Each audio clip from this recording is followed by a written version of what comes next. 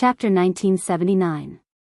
Published at 3rd of July 2023 8:21 and 31 seconds AM. Chapter 1979. Time if audio player doesn't work. Press stop then play button again. 1979. Time. There's not much time left. Lionel thought for a moment.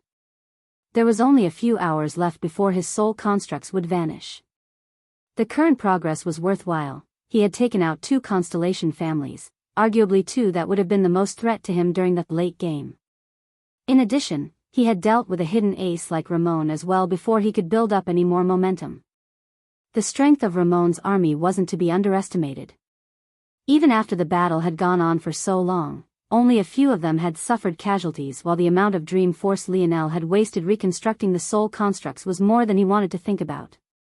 If Ramon had been able to build an army of millions or even tens of millions like Lionel estimated most of the heirs would be capable of during the waning days of the Air Wars, and he had outfitted them all with gold-grade armors and weapons, their momentum would have been truly devastating.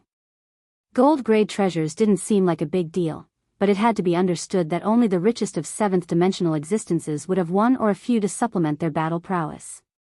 Existences like Lionel who could pull out life-grade items were few and far between. At the moment, Lionel simply didn't have the resources to outfit everyone with gold-grade items. He could only spare such expenses for the best of his subordinates. And, unfortunately, the segmented cube couldn't create life-grade items in his stead either. Its current limit despite being in the 8th grade was the gold grade. As for why this was, Lionel was actually sure of the details. There was likely something special about the life grade that required a human touch or an extreme level of precision the segmented cube couldn't seem to match. This was all to say that Ramon would have been a true problem if he was given any more time. If it wasn't for James and the others, even Lionel's soul construct army would have been run over. However, that begged another question. Was Ramon the only heir here? Lionel felt that the odds of that were very small. There were 7 of them, and he highly doubted that ancestor Hito would only place 2 of them on a single supercontinent. Of course, there was the possibility that with random placement, things had just ended up that way, but Lionel still felt a hint of caution. He had a vague map of the supercontinent in his mind. After he had tried to claim the entire continent through expanding his territory, he had picked out several strongholds. From his numbers, there should only be 2 such strongholds left along with dozens of others much smaller territories. The issue was that the 2 strongholds should already be accounted for. One, as he had just found out, should be the Libra family. As for the other, it should be the Gamine family, as he had also just found out. With his scope of understanding, there shouldn't be a 3rd force hiding on the supercontinent. There simply wasn't enough land for a 3rd to appear, especially when the Gamine and Libra, as he had once again just found out, were in cahoots with one another. All the territory between them was practically a no-man's land. In fact, they had only separated their territories as such for the sake of keeping up appearances and not letting the cat out of the bag too soon. Lionel didn't seem to be spending much thinking power on the Libra and Gamine families at all. He was entirely focused on where the next Morales would appear from, and maybe that was because of the impact Ramon had had on him. There were only 2 explanations for the lack of Morales here. Either he was wrong and the other 5 Novas had truly appeared on the other continent, or from the very start there was someone bold enough to head directly into the ocean. As for whether there was a 3rd possibility or not, Lionel didn't have enough information to make a claim. There's another failure up ahead, James' voice drifted to Lionel's ears. As James had said, not long later, the group came across a barren village that had failed in the midst of its bronze grade upgrade challenge. They had come across quite a few of these. It was possible to tell they had failed because the bronze grade walls had formed, but had collapsed. In addition, their city core was cracked. These cracked city cores had a bit of value. You could fuse 3 cracked city cores into one to form a complete territory. It was an almost useless, secondary rule as it was probably only useful to those who had failed 3 times in a row and wanted a 4th opportunity. But by that point, they would have already been out of the race, so there was no point. Another option would be to repair it, but it cost double the upgrade challenge you had failed. There were no corpses to find in failed territories like this one since the heir in charge of it had probably already crushed their badge when they saw that the situation was bad. What needed to be questioned though was why such weak people would enter the air wars to begin with.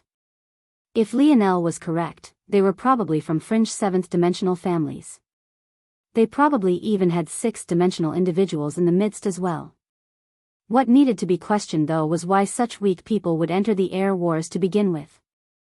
If Lionel was correct, they were probably from fringe 7th-dimensional families. They probably even had 6th-dimensional individuals in the midst as well. Lionel might have made it look easy, but even geniuses at Tier 9 of the 6th dimension weren't supposed to be able to fight against even the weakest 7th-dimensional existence. These people had truly overestimated themselves by participating at all. Lionel casually swiped the cracked territory core before moving onward. We won't be able to make it to the Libra and Gamine families. There's not enough time. This has been fruitful enough, it's time to turn back, Lionel suddenly said. The others nodded.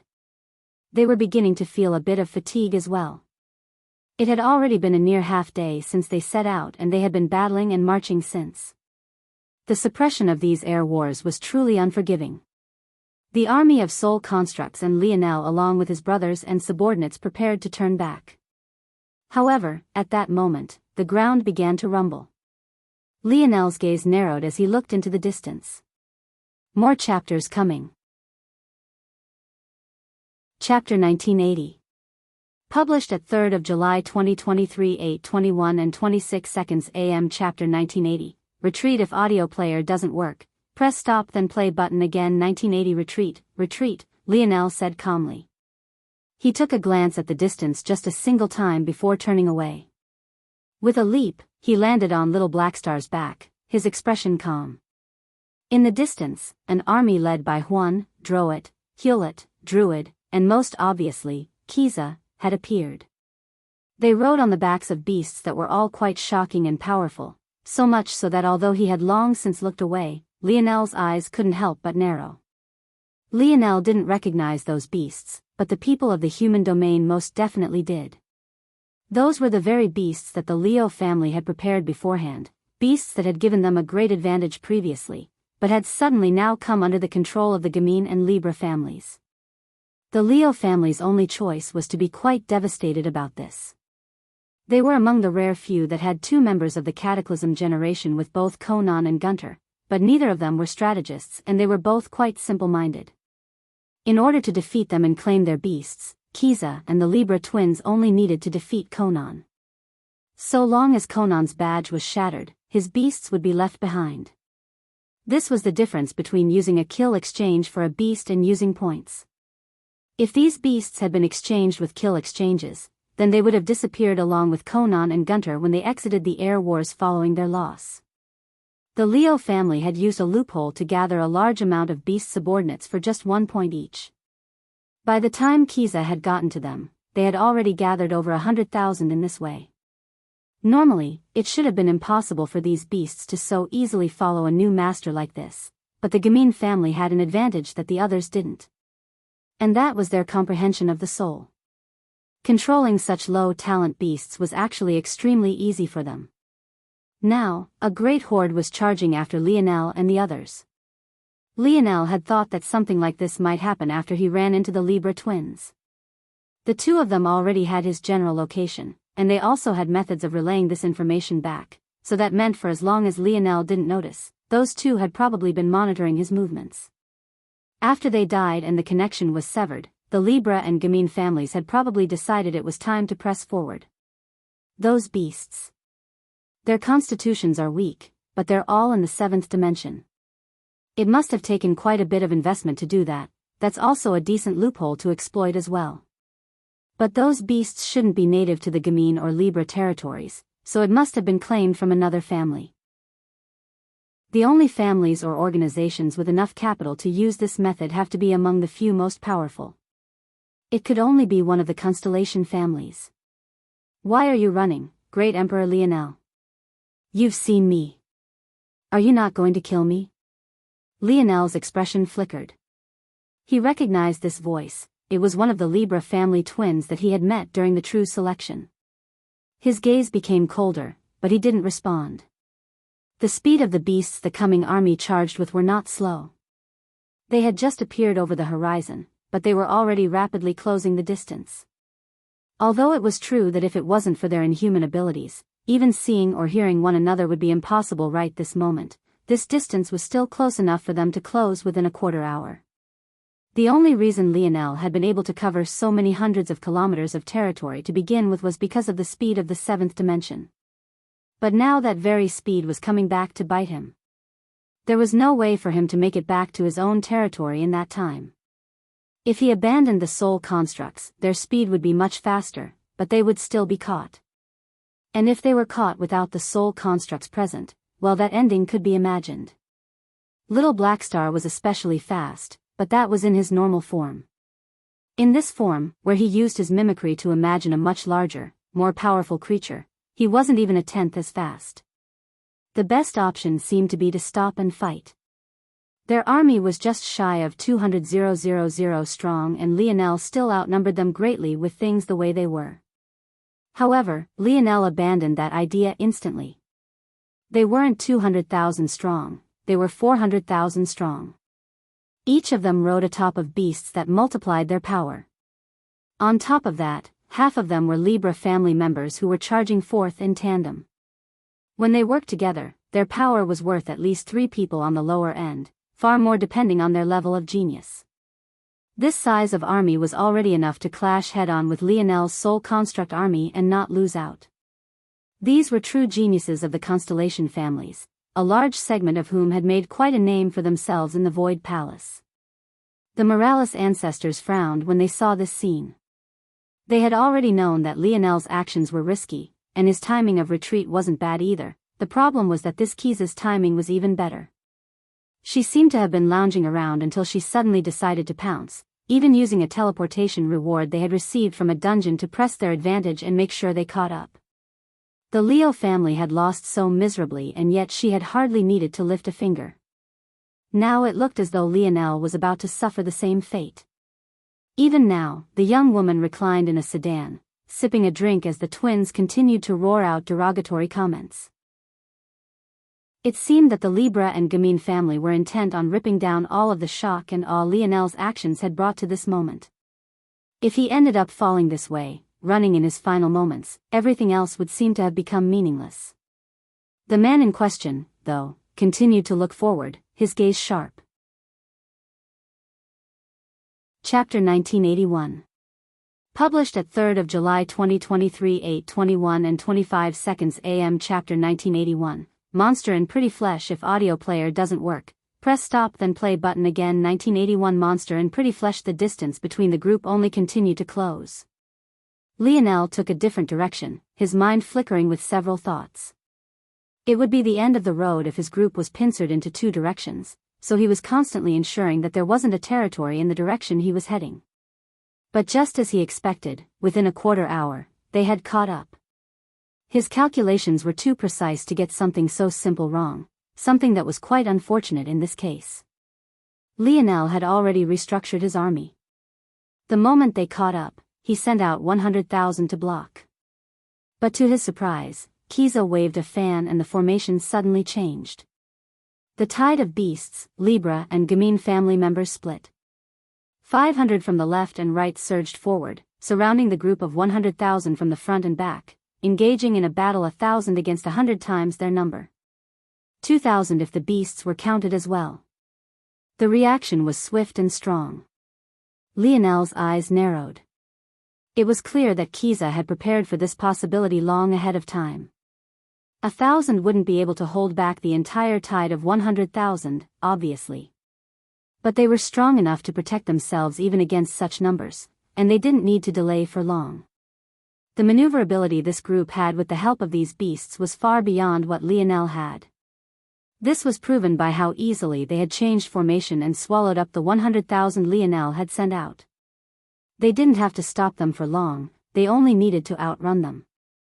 As expected, after delaying the soul constructs, the 1,000 who had blocked them rushed out, swiftly catching up with the rest of the Libra army and leaving the constructs in their dust.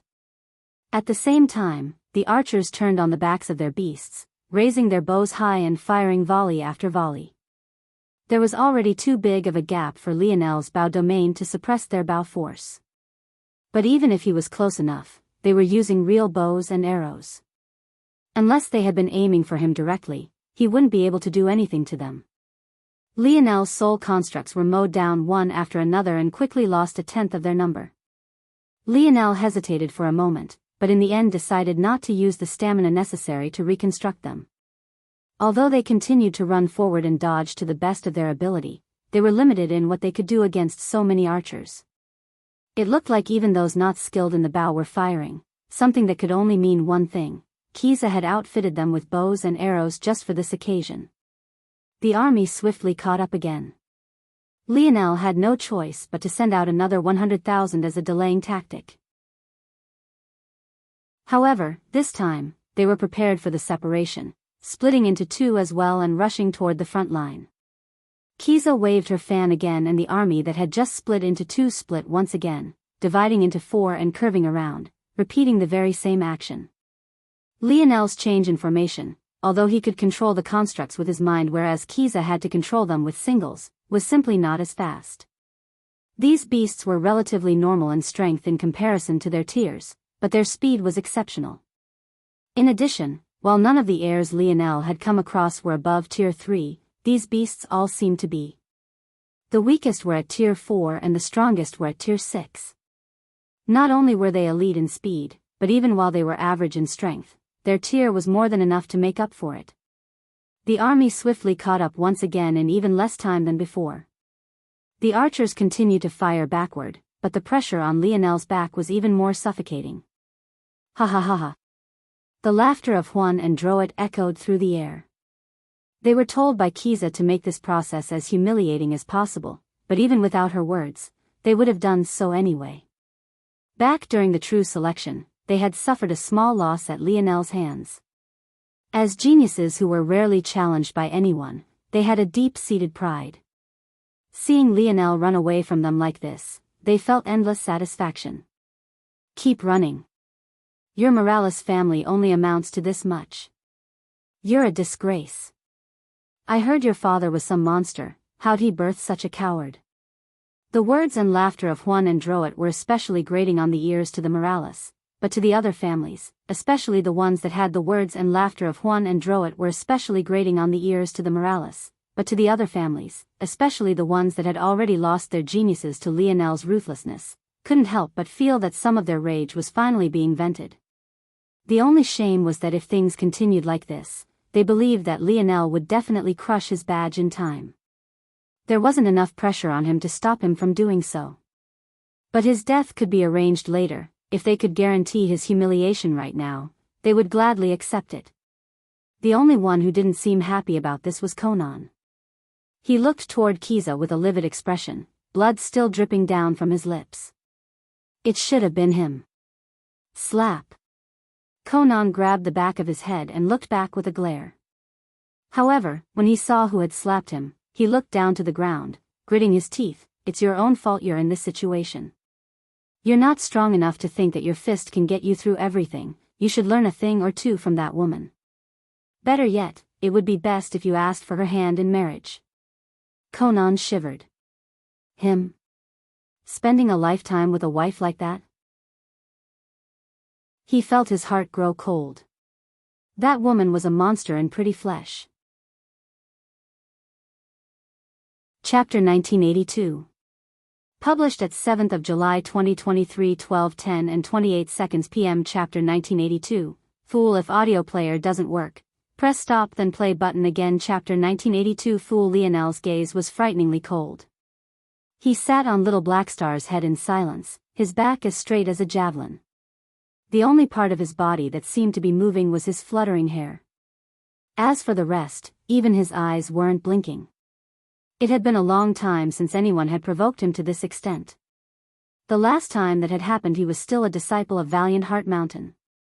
Of course, the words those few individuals had been speaking were far more sinister and disgusting, however Lionel wasn't the type of person to take any sort of slight lightly.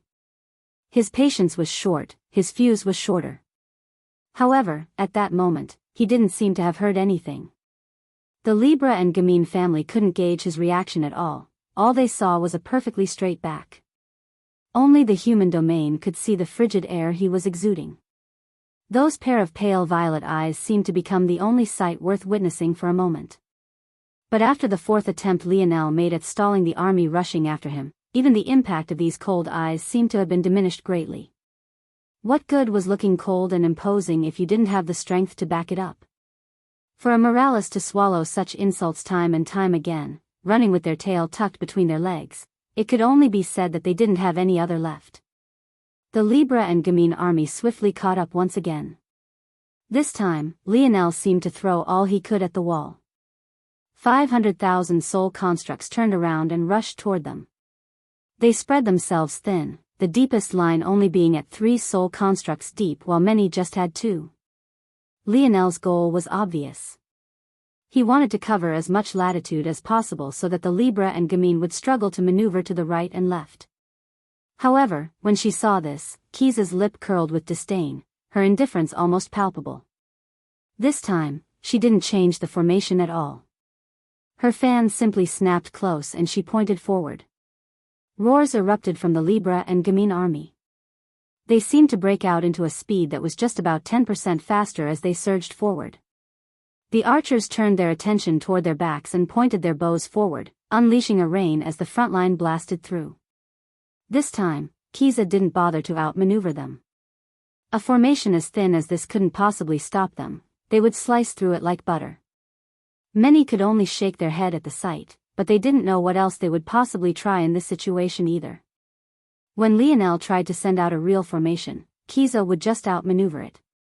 If he sent out a hastily cobbled formation like the one just now, she would just target its weakness and tear through it. Every time they caught up, the air felt more suffocating, especially as the buffer of the soul constructs thinned out. 3 million soul constructs could take up a lot of space, but Lionel had sent out 3 waves of 100,000 and 1 wave of 500,000 for a total of 800,000 by now. With just another round of catching up, the archers would be close enough to target Lionel and the few following him on Little Blackstar's back directly. Those observing within the human domain could also see that Lionel was no longer able to help his soul constructs restructure themselves after they had been destroyed. Considering the fatigue between his brows, that could only mean that his stamina was reaching its limits as well while the Libra and Gamine families were entirely fresh. To make matters worse, what would Lionel even do if he managed to return to his city? He hadn't upgraded the walls like Ramon had, so they were just normal gold-grade walls that wouldn't last very long. Although he had those protectors, they too wouldn't last very long. His soul constructs were being mowed down one after another, so even if he tried to use that formation again, what good would it be if he didn't have soul constructs to use it with? And even if none of these were issues, did he even have the stamina necessary to use that formation again considering his current state? The observers knew more than the Libra and Gamine family did, so they knew about the Cloud race and Lionel's Tor family. But they weren't even in the picture currently and were too far away to ask for this. It was the most foolish. He had obviously acted in a complete panic. Do anything. A few Cloud race couldn't turn the tide at all. No matter how you looked at it, it seemed that Lionel was just trying to stretch out the inevitable. As though to confirm this, all of Lionel's remaining soul constructs suddenly turned back in unison, rushing toward the army in unison. Juan and Droit were stunned for a moment before their laughter became more uproarious. They could tell that this was a last-ditch effort. Although Lionel's previous attempt seemed pitiful, it was still the smartest thing he could have done considering the circumstances. As for this, it was the most foolish. He had obviously acted in a complete panic. Ha ha ha. Fool. Idiot. Kiza sneered without saying a word, raising her fan and unfurling it. At that moment, the army came to a halt all at once and performed 90-degree turns. Half turned to the left and another half turned to the right. They seemed to have completely ignored Lionel as they ran. They rushed to the side with great speed, circling around the charging army. Ironically, this tactic had indeed delayed the Libra and Gamine families for the longest period of time, but after they finished rounding the soul constructs, there would no longer be anything separating them from Lionel and the others. However, if Lionel had been patient, sending out sets of 100,000 at once, the cumulative time he could have delayed them would have been much greater. Clearly, in his desperation, he had only sealed his fate faster. Chapter 1983. Published at 7th of July 2023 12:10 and 22 seconds p.m. Chapter 1983. Belief. If audio player doesn't work, press stop then play button again. Noah looked back with a worried glance. Until now, the so-called catching up of the army was only to the back line of the soul constructs. Considering there were over 3 million of them running in formation, the gap between them and Lionel and the others who were on Little Black Star's back was actually quite substantial. But this time, after they rounded the formation of soul constructs, there would be no buffer remaining. They would have no choice but to face an assault of hundreds of thousands with just a few dozen people.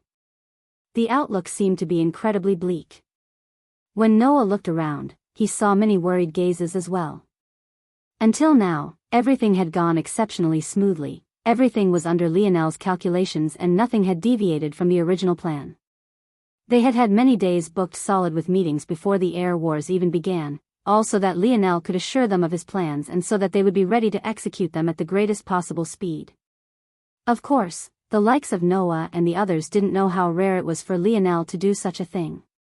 The fact that he had even wasted time explaining himself just went to prove how seriously he had taken these air wars.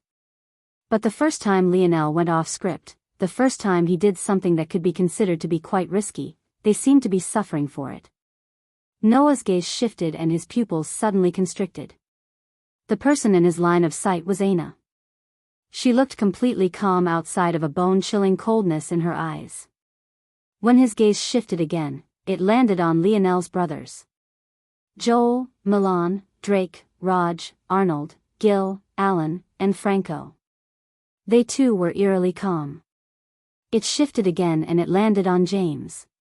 His gaze was different from the others, but that was only because within his sheen of calmness, there was a hint of excitement. Did they know something he didn't know? No, that was impossible. They had held all of their meetings together.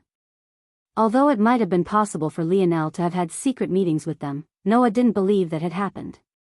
He had spent much of the last month with all of them, but more importantly than that, Lionel wouldn't do such a thing. Doing such a thing would be as good as saying he didn't trust the rest of them, but they were already a small group to begin with. In a situation where they faced off against the odds, Lionel wouldn't casually splinter them like that. Noah realized what it was very quickly: belief. Lionel hadn't said a word. He seemed to have made several mistakes. He had painted them into a corner. And yet these 10 individuals didn't doubt him for even a moment. When Noah looked again, he realized the few that had worried expressions were all the few geniuses of Earth. These were the likes of Carolus, Joyce. Even Jessica, who was by his side. Without a doubt, each one of these people were among the few that had spent the least time with Lionel. Is it really about time? Noah thought to himself. If he was in this situation, would Jessica still have belief in him to succeed? What about Carolus and the others who had the most time with him? He had fought by their side for a long time, but he still didn't know the answer to that question. Hadn't there also been a 2-decade gap since Lionel had seen his brothers? Hadn't he even had a falling out with James? Maybe Aina's belief made sense, but what about the rest of them? Noah suddenly noticed that there was another group with unwavering belief: Raylion, Aphistus, Sale and Emna. These few he knew too little about. He only vaguely understood that they had been a part of an organization Lionel had joined many years ago. They had even less reason to have such belief, but hadn't they already bet almost 30 years of their life betting on one man? Those 4 had started an organization and put their blood, sweat and tears into it for decades, all because of one sentence from Lionel. Compared to this, wasn't that something that had taken much more faith? Noah's heart trembled as he looked toward Lionel's back. He was this man's cousin and he didn't have this much faith. Where did it come from? What was the difference? Was it because he was too focused on himself? Were the others seeing something he wasn't? It seemed both obvious and not. Noah believed that Lionel was his better, but it was based on the latter's competency. When Lionel seemed to make a mistake, he felt that that competency had run its course and that Lionel was now at the end of his rope. He never really stopped to consider that there was something more to Lionel than just his talent. When you measured people by haves and have-nots, you tended to reach very binary conclusions. Lionel had never been such a person, though.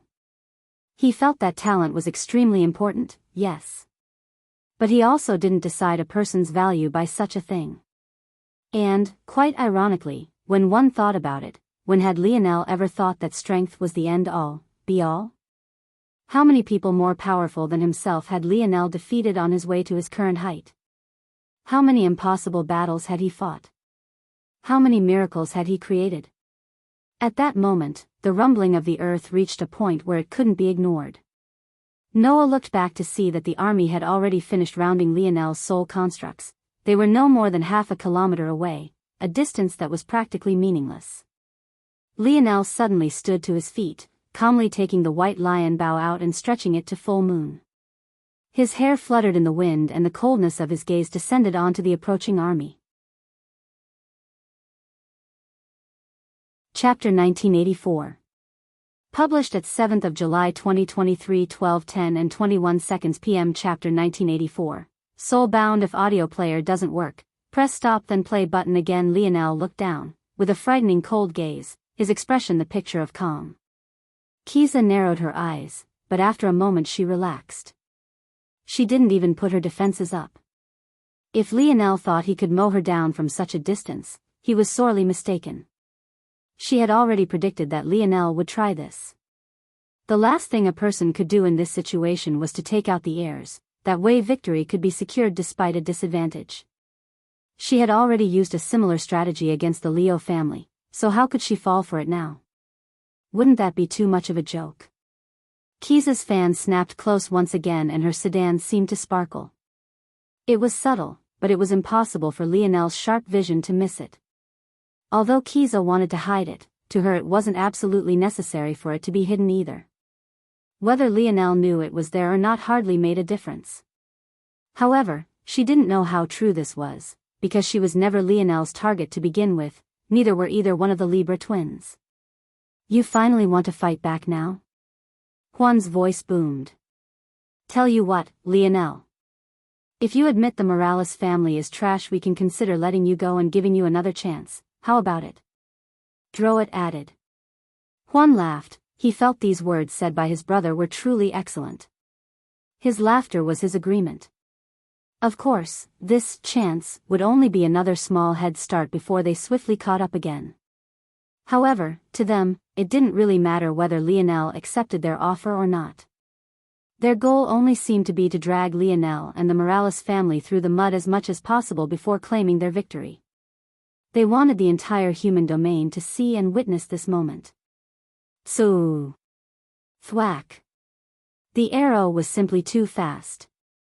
A soldier on the front lines didn't even have the time to react before their head burst into a rain of blood, bone, and gore. His body slowly fell to the side and was quickly trampled beneath the feet of the other charging beasts. This was the first of their army to have died since the battle began. The soul constructs couldn't shake them in the slightest, but it seemed that the moment Lionel moved, death reigned. Sishu. Thwack.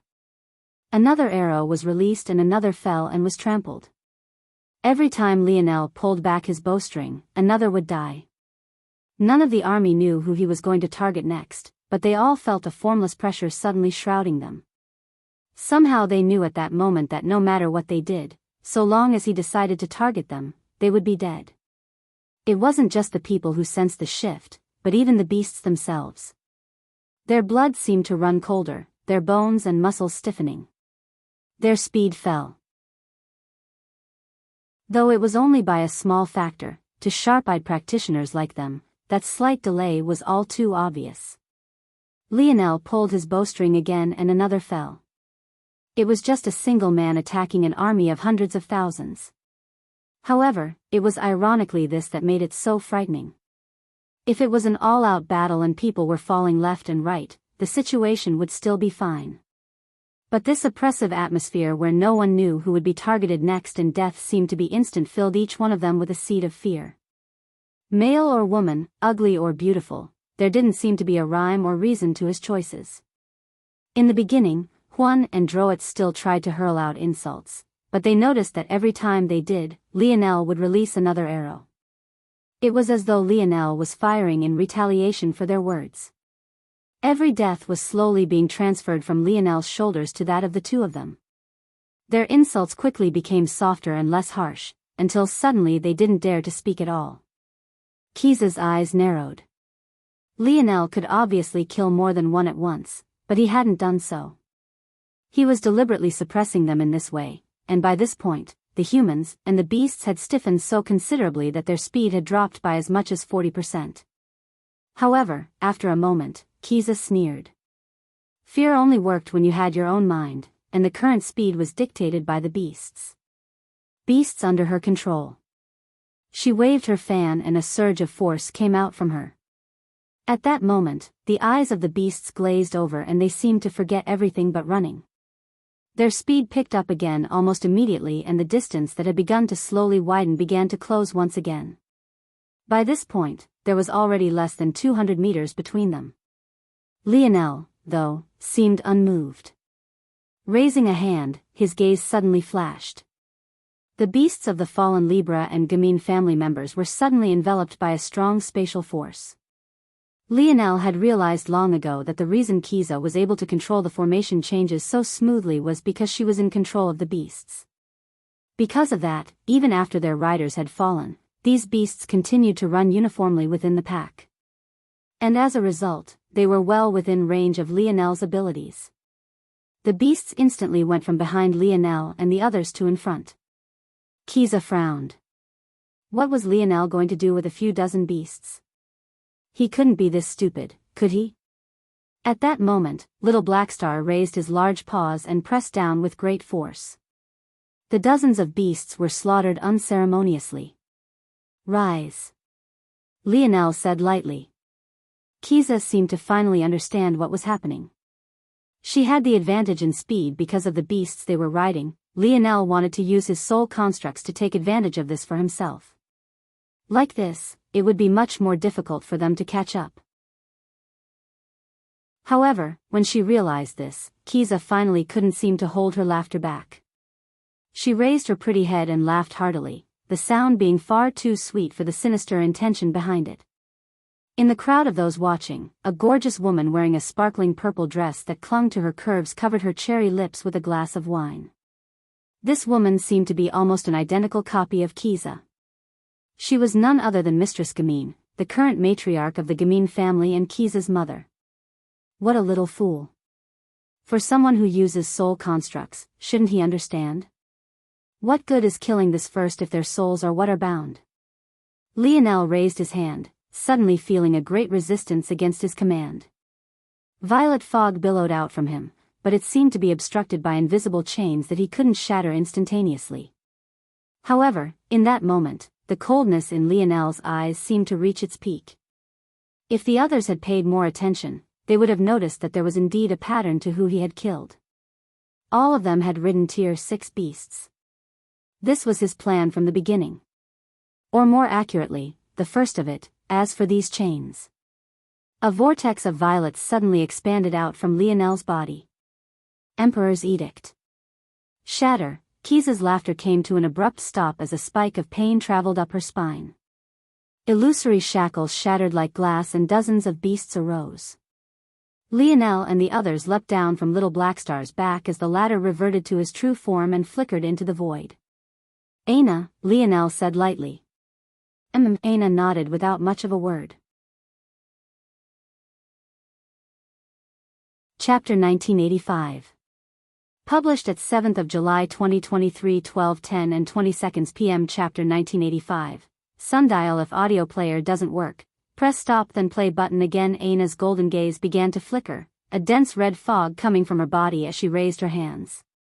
The instant Little Blackstar's form vanished and he landed on Lionel's shoulder even as the latter landed on the back of one of the soul construct beasts. The meat paste the beasts had become were suddenly ripped of their blood. She didn't seem intent on using these globules of blood immediately. She floated down toward the beast soul constructs along with everyone else, pulling them along through the air. Kiza's expression finally seemed to change. Fire. Her voice echoed through the skies, the irony being that her previous laughter had yet to finish echoing. However, she seemed to disregard this entirely as she roared out this command. Before, she was allowing the twins to continue to wear down Lionel with their words, but they had long since entered firing range of Lionel and the others. Seeing that the situation was changing, she immediately chose to forget the mind games and focus on pressing down upon them. However, when the first volley of arrows entered the skies, they immediately blinked out, the bow force that had been coating them vanished. James landed on a beast soul construct and waved a hand, causing a shield to appear before them. Without their bow force, he hardly strained at all to block this volley of arrows.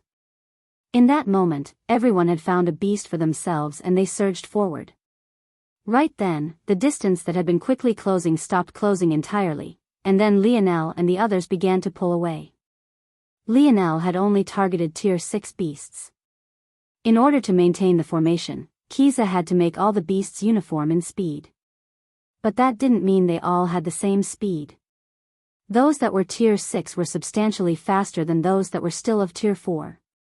Without the pressure of maintaining the formation of an army, Lionel could obviously allow these soul constructs to speed forward with their true potential. Kiza's expression darkened. Back in the human domain, Mistress Gemin's expression also darkened. This child's actions were only getting more and more annoying. However, outside of this darkening expression, she said nothing else. She had taught her daughter well enough to know that this wouldn't be all she had. The Morales ancestors didn't have much of a change from their original solemnity. Of course, this wasn't because they had the same faith in Kiza, but rather because they didn't feel that this changed much. Other than making things more annoying for Kiza, the situation was the same. Kiza's ambush had already forced Lionel to give up on his millions of soul constructs. His current base only had the protection of a few thousand Skies and Oryx members. Even if they were up to par in terms of talent, which they weren't, this number would be far too few. No matter how you looked at it, it felt that Lionel was once again just delaying the inevitable. Lionel stood on the back of the beast in silence. Outside of calling out Aina's name, he hadn't said much else. Even now he hadn't explained anything, and it didn't seem like there was much left to explain. Reaching their city and fighting to the death felt like the only option left. Kiza's looked toward Lionel's back, her expression dark. She didn't care about this maneuver of Lionel's, what she cared about was the loss of face. She had just been laughing, but now her voice was deathly silent. Even a fool could tell she had made a mistake. What she hated the most was that this Lionel had actually harmed her. When was the last time she had felt any sort of pain? She couldn't even quite recall. How dare he? After a split moment, she snapped her fan close. A few lines of the formation separated and Tier 6 beasts rushed forward. She removed their restrictions and had them press forward, maintaining the distance between Lionel and the others without allowing them to extend the distance. Arrows continued to fire through the air, filling it with volatile force and fireworks. Kiza had had a plan, but it would no longer work. Now that Lionel had similar maneuverability, it would be troublesome to use. However, she immediately adjusted her thoughts, pulling out a formation plate. It was in the shape of a circle and looked quite like a sundial. This was the very same teleportation treasure she had used to ambush Lionel and the others in the first place. She and the Gamin and Libra families were located on the other side of the continent, completely opposite to Lionel's current location. As such, they were also by the ocean, and with Kiza's intelligence, she had likewise taken advantage. They might not have had a large number of water force geniuses, but what they did have was a unique ability to map out large regions with just a bit of effort. By this point, they had already cleared out 2 gold-grade dungeons not available on the surface, and this sundial teleportation device was one of their rewards. It didn't have many uses. She had already used it once, and because of how large-scale the teleportation was, meaning the number of people, that is, she could only use it twice more. She didn't actually want to have to use more than one of Lionel, as she didn't know when she would get another. However, he was a variable. And she didn't like variables. Her slender fingers pressed against the device and spun the dial. Instantly, she not only used one of the remaining teleportation opportunities, but both of them. The army was split into two and they all suddenly flickered and vanished. One group was small. They were made of the elite, a number not exceeding 200. They appeared just 50 meters in front of Lionel and his group, though their backs were now facing them. With a kick of their heels, their beasts turned and they charged toward Lionel and his group. At the same time, about half of the army appeared further ahead at about half a kilometer. They split into two once again and fanned out before beginning to enclose a circle around Lionel and the others. To their backs, the remaining half of the army continued to press forward, pincering Lionel and the others from all sides. Chapter 1986. Published at 7th of July 2023 12:10 and 17 seconds p.m. Chapter 1986. Crush them if audio player doesn't work. Press stop then play button again. The change was sudden and it was difficult to react. Lionel sensed the fluctuations of spatial force and realized what was happening, but even he only had the time to fire one arrow before the group of 200 elite were upon them. Lionel's gaze remained calm, his one arrow killing a frontline elite instantaneously. His body sprawled to the floor and his beast's eyes were coated and covered in blood. Kiza had no choice but to relinquish control of the elite squad beasts for a few reasons. First, she didn't want to suffer the backlash of Lionel severing their connection again. Secondly, she had to give the elite squad the freedom to maneuver on their own or else their combat prowess would take a hit. However, it was also due to the fact that once the beast's eyes were obstructed by flesh and blood, it tripped and fell, causing disarray in the first line and ruining the back line. Unfortunately, the damage was minimal. These few had just turned around to face Lionel and the others, and as such their speed hadn't hit a great height just yet. Due to this, they had more than enough agility remaining to react and dodge out of the way. Even so, this small delay still gave Lionel some time to analyze and react. "Raj," he said plainly. Raj slammed his chubby hands together, his large cheeks rippling. The seriousness of his gaze was piercing as the ground rumbled. Lionel knew firsthand that the hardest force to manipulate in a powerful world was Earth force. It had been one of his greatest limitations back when he was at Void Palace. But this wasn't the Void Palace. Raj was in the 7th dimension, and he also wasn't the same as before. He had fought many rounds with the Perfection Stone and he had meditated on the Earth Force mantra for more hours than he could remember. Bang! The earth rippled and suddenly hardened.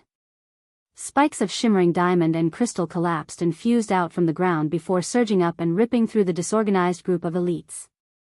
Blood rained down from the skies above and Lionel led his small group to charge up the side of these crystalline spikes. They burst out from the curtain of blood, leaping over the small troop of elites and landing dozens of meters away. The soul constructs dashed forward, but up ahead, the encirclement of warriors had already solidified. It seemed that Kiza was already prepared for this possibility. Not only was there a blockage ahead, but the elites would likely recover quite quickly as well. Lionel slowly put his bow away, retrieving his black rod. Dense, dark fog billowed from its body, rising like a tide and forming a menacing blade on both ends. Despite the movement of the beast beneath his feet, Lionel seemed completely stable. "James, Raylion." Lionel spoke calmly. James swung the large shield that protected their backs forward and expanded it, his gaze flashing with a strong light. Then, he pushed it forward with all his might. At the same time, Raylion raised his hands. A powerful telekinetic force took shape and fused with James' forward momentum. Like a mighty battering ram, the shield smashed into the front line of warriors. The Libra and Gamine family didn't remain idle. They roared themselves, sending forward the strongest strikes they could muster in short order. However, to their shock, James' barrier only trembled one or twice before it stopped completely. The speed with which James could move his barriers depended on how thick they were. Usually, to make a barrier this thick, he would have to give up on its agility. However, with Raylion supporting from the back, bang! Bang! Bang! In unison, Raylion and James' eyes flashed. The forward momentum of the barrier tilted, the bottom leaning forward and its top leaning back. after throwing the front line off balance and clearing them. Many couldn't stop themselves from rolling up the energy shield, their beasts thrown into disarray as their bones snapped and cracked. "Drake," Lionel said lightly. Drake pulled a pair of pistols of his holsters, raising both of his hands up as what looked like crosshairs rotated in his eyes. A blazing intent pumped his heart as he began to shoot. Every time someone was thrust over the energy shield, he fired. One shot. One kill. Lionel brandished his spear with one hand and used his free hand to scratch Little Blackstar's head. The latter seemed to wake up from his slumber and vanished from Lionel's shoulder. Lionel shifted to the side of the formation. At the same time, Joel mirrored his actions. Both of them took hold of their polearms, their battle intent soaring as they swung out. Around the edges of the energy shield, enemies tried to wrap around and target the sides of their formation, but they didn't have the momentum to make any strong headway. Every time one managed to make it around, they would find the end of Lionel or Joel's blade, their bloodied and mangled corpses being left in their wake. It hardly seemed as though Lionel and the others had slowed down at all. The gap that had been about 200 meters had only shrunk to about 180 or so. Although it was still somewhat closing as some loss of speed was inevitable, it was nowhere as fast as it should be. Lionel gave out command after command and the army of Libra and Gamine were being shredded to pieces. His voice became like the call of the reaper, the collapse of the guillotine, a suffocating, omnipresent pressure. He didn't need to speak at all to relay these orders, and yet he had done so. Every time that soft, calm voice echoed, dozens would fall.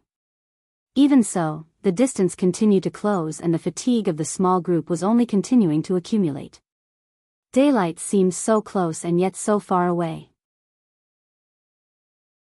The line of enemies was too thick and there was only so much Lionel and Joel's polearms could do.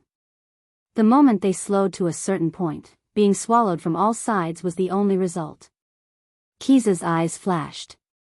"It's about time you four took action. Crush them." The two pairs of Libra family twins' eyes narrowed, slowly retrieving their weapons. Indeed, it was about time to end this. Chapter 1987. Published at 11th of July 2023 5:41 and 12 seconds AM. Chapter 1987, meaningless if audio player doesn't work. Press stop then play button again. Juan and Droid, along with Hewlett and Druid, surged forward. However, what was odd was that although they both seemed to be running hard, only one of each twin suddenly sped forward, their speed so fast that they overtook their own beasts and caught up with Lionel and the others in what felt like an instant. Lionel didn't turn back, but he could already sense the change. He knew what this was. The twins could share their strengths between one another. In exchange for one being much slower, the other could become much faster in an instant. At that moment, Juan and Hewlett pulled at their waists, taking out a pair of rope darts. The rope twirled around their bodies before piercing forward with a fierce momentum. Kiza had been observing all the while. She had realized that although Lionel was constantly handing out orders, there were some among the group that he didn't give orders to.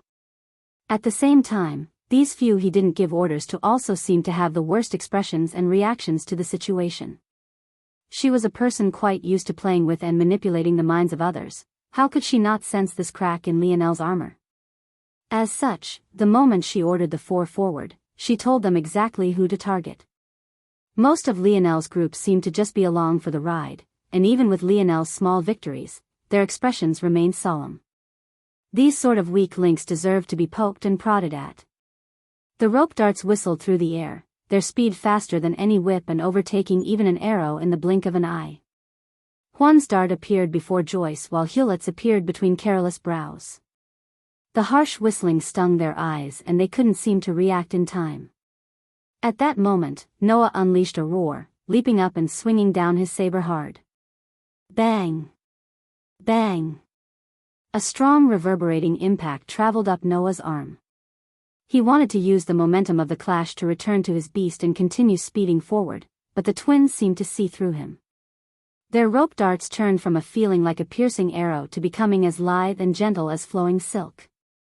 They wrapped around Noah's saber and pulled. Noah noticed the change instantly and wanted to pull back, even ultimately choosing to abandon his saber, but it was too late. That split moment between their twins' pull and his release slowed his momentum far too much. He fell well short of his beast's back, landing heavily on the ground, weaponless and suddenly surrounded by enemies. Noah's gaze sharpened and he roared immediately. He didn't hesitate at all to activate his ability index and soar to over 5 meters tall, his skin glistening with a crystalline color as he hardened it. He leapt backward with as much strength as he could muster, punching out twice, then thrice. The twins' gaze narrowed, but they had already succeeded. Their rope darts soared to the skies but entirely backward. At the same time, their twins, still stuck trying to catch up, threw their own rope darts forward. The ends of their rope darts wrapped around one another and locked into place across hundreds of meters of air. With a tug, Huan and Hewlett pulled Droid and Druid through the air. With one swift motion, Huan and Hewlett used the drag to pull back from the strongest impact of Noah's punches as the latter's saber clanged to the ground. At the same time, they sent Droid and Druid forward, the two of them appearing before Noah's in the blink of an eye. Bang! Bang! The two twins kicked out against Noah's chest. He might have been more powerful in this state, but he was also a much bigger target. Noah felt his skin crack and his organs rumble. He took heavy steps backward, blood already leaking from his lips after a single exchange. Droid and Druid's rope darts untangled from Huan and Hewlett's. The instant they landed on the ground, their wrists flickered, their rope darts whistling through the air with a harsh whistle. One targeted Noah's heart while the other targeted his knee. Kiza watched this from the distance with a cold smile gracing her cherry lips. Her sedan continued to move forward at a smooth pace, almost as though she didn't care about catching up at all. She was content to watch her chess pieces move across the board. This was what thrilled her. It didn't matter what move Lionel made now. Would he ignore Noah? Sure, he could do that, but then the fragmentation between him and the discontent half of his subordinates would only increase. That would only make it even easier for her to take advantage of these problems. Would he turn back to save him? Even better. Then he could forget about charging out of this encirclement entirely. Kiza had only just finished this thought when a little black mink suddenly flickered into existence, landing on Noah's shoulder. Yip! Yip! Noah tried to block, but he suddenly stood in shock as the rope darts phased through his body as though he wasn't there at all. His body only slightly rippled and he felt a breeze of cold air as though a draft had suddenly come by. Droid and Druid pulled their rope darts back, their eyes filled with hints of surprise. What had just happened? Kiza raised an eyebrow. Shadow Sovereign. A little interesting, but meaningless. The trap is already prepared to close. As Droid and Druid were somewhat in shock, Hewlett and Huan had already jumped back into the fray, their rope darts spiraling toward Joyce and Careless once again. This time, there was no Noah to cover for them. Careless' body erupted with a strong spatial force, the space around him cracking like glass as he punched out. Space coated his knuckles, but the instant the rope dart met his attack, he was sent flying backward. Chapter 1988. Published at 11th of July 2023 5:41 and 11 seconds AM. Chapter 1988. Bonus. If audio player doesn't work, press stop then play button again. Joyce's expression changed as well. She was a fist expert, but without having her feet beneath her, the strength she could muster was limited. Seeing Joyce in trouble, Franco had long since moved. Just when it seemed her head would be pierced through, he had jumped from the back of his beast onto hers, reaching out to grab the rope dart out of the air. Hewlett sneered, her usually pretty features looking quite sinister at the moment. Trying to grab her weapon? Did he have a death wish? Franco's body shuddered as he made contact, his entire arm going numb. He was blown backward, his body landing amidst their running beasts and rolling onto the ground. Franco! Joyce leapt down without hesitation. Suddenly, it wasn't just Noah who was caught in a no-man's land. Joyce, Careless and Franco had all been knocked from their beasts, stuck in the midst of two charging armies. As though this wasn't bad enough, the small troop of elites they had left behind had swiftly caught up and were now bearing down as the first wave. Kiza smiled, swirling the wine glass in her hand. She and her mother took a long sip at the same time, their hearts filled with the sweet feeling of victory. What they liked the most was to watch their enemies writhe beneath their fingers, unable to extricate themselves. Lionel's expression was frighteningly cold. He had been occupied with the charging army and couldn't easily extricate himself. By the time he could, the damage was done. His spear whipped outward, a light roar clearing the surrounding 5-meter space as he turned back without hesitation. Whether it was for his cousin or his brother Franco, how could abandoning them ever be a choice? By this point, Druid and Droid had recovered from the shock of Noah's survival. They flicked their wrists, one of them targeting the little mink and the other targeting Noah. So long as they fused their attacks with enough force, phasing through them wouldn't be so easy. As expected, Little Blackstar had no choice but to leap forward, brandishing his little claws as he sliced down with several dark force scythes to block. Noah prepared to take on Droid's strike, but he suddenly coughed.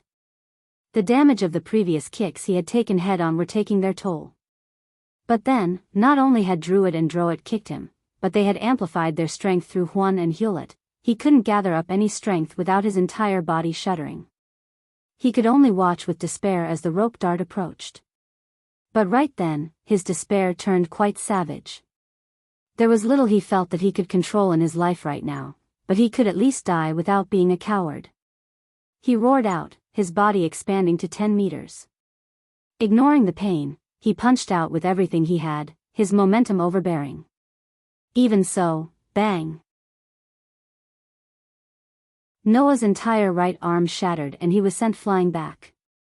Lionel swiftly caught up, catching Noah as his body shrunk. At this moment, his expression wasn't just cold, it was frighteningly dark. The air rippled around him, combusting and collapsing. The group couldn't possibly continue forward without Lionel. The moment they saw that he had turned back, they did so as well. They were his brothers, and then there was his Aina. How could any one of them leave him behind? The army bore down from all sides, clamping until there was no direction to go. Whether it was forward, backward, to the left or to the right, there was nothing to see but a sea of Libra and Gamine family members. The night air was suffocatingly humid. The blood and sweat of countless warriors made it heavy and difficult to breathe. There were no steps left to take. High up, the Morales ancestors could only sigh. Though it was valiant that Lionel hadn't hesitated to turn back, it seemed that this choice had actually sealed his fate. Kiza waved her fan gently, relishing in the breeze as her sedan slowly caught up. The foul stench of blood and sweat didn't seem to ruin her appetite at all, in fact it only seemed to make her wine taste all the sweeter. Her beasts rose her sedan into the air, giving her an excellent view. Seeing Lionel and the others encircled in this fashion, her smile only became brighter. No longer running? She asked lightly. Lionel didn't respond. He seemed to be checking on Noah, but there really was nothing to check. While his life wasn't in danger, for now, his ability to fight was likely shot. At least that was the case before Lionel's palms began to glow with a strong light force. Interesting, Kiza smiled, seemingly indifferent to Lionel's disregard. What good was acting cool and aloof when you had lost before the eyes of everyone? Indeed, you have the capital to be calm. Even for me, I can't stop you from crushing your badge and giving up right this moment. Though you might lose face for wagging your tongue harder than your fists, losing a bit of face is definitely better than dying. Kiza nodded to herself. At this point, Juan and Droid didn't even bother to pile on. Nothing they could say could ever be as sinister as what this woman's venomous tongue could conjure up. But, it is a shame. I was looking forward to what a horse spawn could do. I didn't expect you to be so pathetic. Kiza tipped her wine glass over the side of her sedan with an expression of disgust. The blood and gore didn't seem to bother her, but these words seemed to have left a disgusting taste in her mouth. No, it wasn't the words, but rather the mention of that person. I should have known that a woman only good for enticing the husbands of others wouldn't have any redeeming qualities, but it's as the saying goes, we all have our vices. Your mother's vice just happens to be far more disgusting than most others. The more she spoke, the deeper the disgust on Kiza's face seemed to become. It was as though she was recalling everything she hated in an instant. I can't stand the look of his face anymore.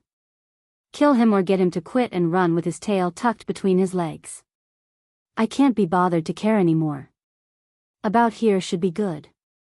Lionel spoke lightly as he stood to his full height, fresh blood falling from his blade as though it couldn't be tarnished. What did you say? Kiza sneered. Rumble. The ground began to tremble and a formation suddenly rose out from the ground, forming a dome over the surroundings. Suddenly, those watching from the outside all had changed expressions. That location. Wasn't it where Lionel's original city used to be? At that moment, a realization overcame them. Lionel had added his formation separately, it wasn't part of the city. When he used the city relocation reward, it had only moved the city itself, not what was around it. In this battlefield filled with dried ground and rubble, buried beneath it was a perfectly pristine formation. Lionel finally looked up after Noah could breathe smoothly without his aid. However, his gaze carried a fiendish air. Crimson flickered in his eyes, a demonic aura billowing out from him in waves. He met Kiza's gaze for the first time since the chase had begun. I'm going to enjoy killing you. Chapter 1989. Published at 11th of July 2023 5:41 and 9 seconds AM. Chapter 1989. Ash, if audio player doesn't work, press stop then play button again. Kiza's heart skipped a beat, her pupils constricting.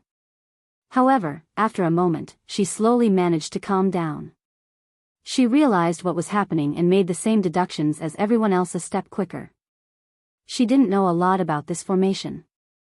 Although she had been monitoring Lionel all this time using Libra family twins, the level of clarity their methods could bring was limited. While they could cover very large regions and their methods were difficult to detect, there was a trade-off that came with that as well. Even so, she knew enough to know that this formation was the formation that Lionel had used to clear the gold grade trial, and also further knew that he needed soul constructs to make use of it. Even though many had died in this battle, they were ultimately just a drop in the bucket. They weren't nearly enough to turn the tide. In addition, she had seen through this formation's obvious weakness. It only worked within the bounds of the formation itself.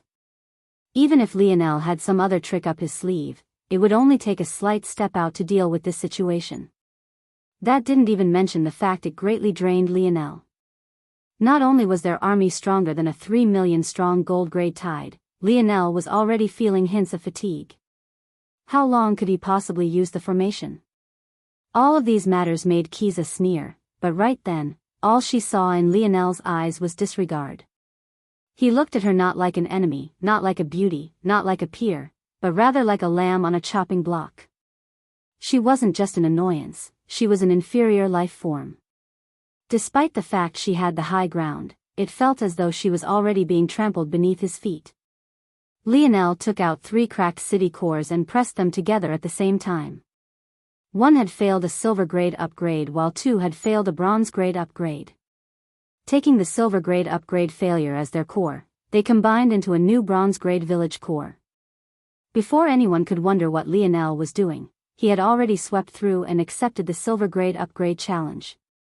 Kiza's expression changed. That was impossible.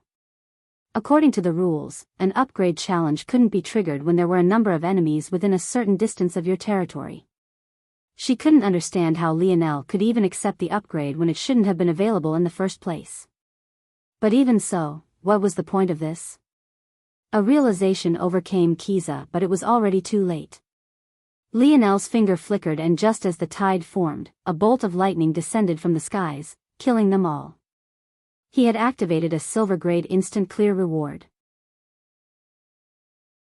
Suddenly, outside an encirclement of thousands, 12,000 soul constructs appeared, each one of them with flickering red-gold flames in their eyes. A demonic aura rose into the skies, a vicious momentum causing the dark clouds above to roll and rumble. It was only 12,000, not even 10% of the number here, but their pressure was even greater. At that moment, they all extended their hands and a spear appeared in each one of their palms. Some were long and wiry, some were scaled, others were short and stocky, all of them exuded a different sort of aura, but they were all, without fail, of the life grade. Lionel's body trembled just once as a blinding bronze aura rose from him. His halo descended and his body was coated in his second-tier armor. However, rather than billowing with radiant blue fog, a violent torrent of red-gold flames billowed out from its vents. Everywhere he stepped, the ground crumbled to ash, large pits forming beneath him. Bang! The red-gold flames erupted from Lionel's back, forming a large pair of overbearing wings. "Don't move." Lionel's words were calm, but the air seemed to crackle and pop as he spoke them. It took a while for others to understand that he wasn't referring to his enemies at all. Instead, he was talking to his allies. His meaning was clear: if they moved, he couldn't guarantee that they wouldn't die too. Lionel suddenly flickered and vanished. A heat wave rippled across the battlefield as his wings of scarlet star force trembled just a single time. This wall of heat crashed into the wall of enemies around him. The weak among them were immediately burnt to ashes, rows of several hundred fell in droves, the residual heat alone being far too much for them to handle. However, what was even more shocking was that they weren't even Lionel's target to begin with. He appeared before Huan first, his palms stretching out for the latter's head. "Huan!" Droit roared, sending his rope dart forward with the greatest strength he could muster. The sound barrier boomed and the air whistled, a large accumulation of spiraling force appearing before Lionel's forehead. However, Droit's rope dart seemed to meet an impenetrable barrier an entire meter from Lionel. Then, under his astonished gaze, the rope dart trembled and then fell into a rain of ash. Droit's eyes widened. That rope dart, it was a top-of-the-line gold-grade treasure. How could it possibly just? Lionel's hand landed on Huan's forehead. Not once did he look in Droit's direction the entire time. It was as though he had already expected them to be able to put up no resistance at all. Bang! Huan's head exploded like a watermelon, but even the rain of blood and gore didn't last long before it was burnt to ash. Without the protection of Huan's force, his flesh had no ability to protect itself in Lionel's presence. "Huan!" Droit roared, his gaze turning bloodshot. "I'll kill you." The words had hardly left Droit's mouth when he registered that Lionel was already before him. The world felt eerily silent at that moment. All he could hear was a high-pitched whining. He looked down at his chest, only to find that an arm had already ripped through him and pulled his heart out, burning it to ash. Chapter 1990. Published at 11th of July 2023 5:41 and 8 seconds AM. Chapter 1990. Shameless. If audio player doesn't work, press stop then play button again. Hewlett and Druid's eyes opened wide. While they were also geniuses of the Libra family and were stronger than Huan and Droit, this was only because the two of them were older. They fell into a middle generation similar to Valerie and the Gold Dark brothers, and as such had had more time to acclimate and grow within the seventh dimension.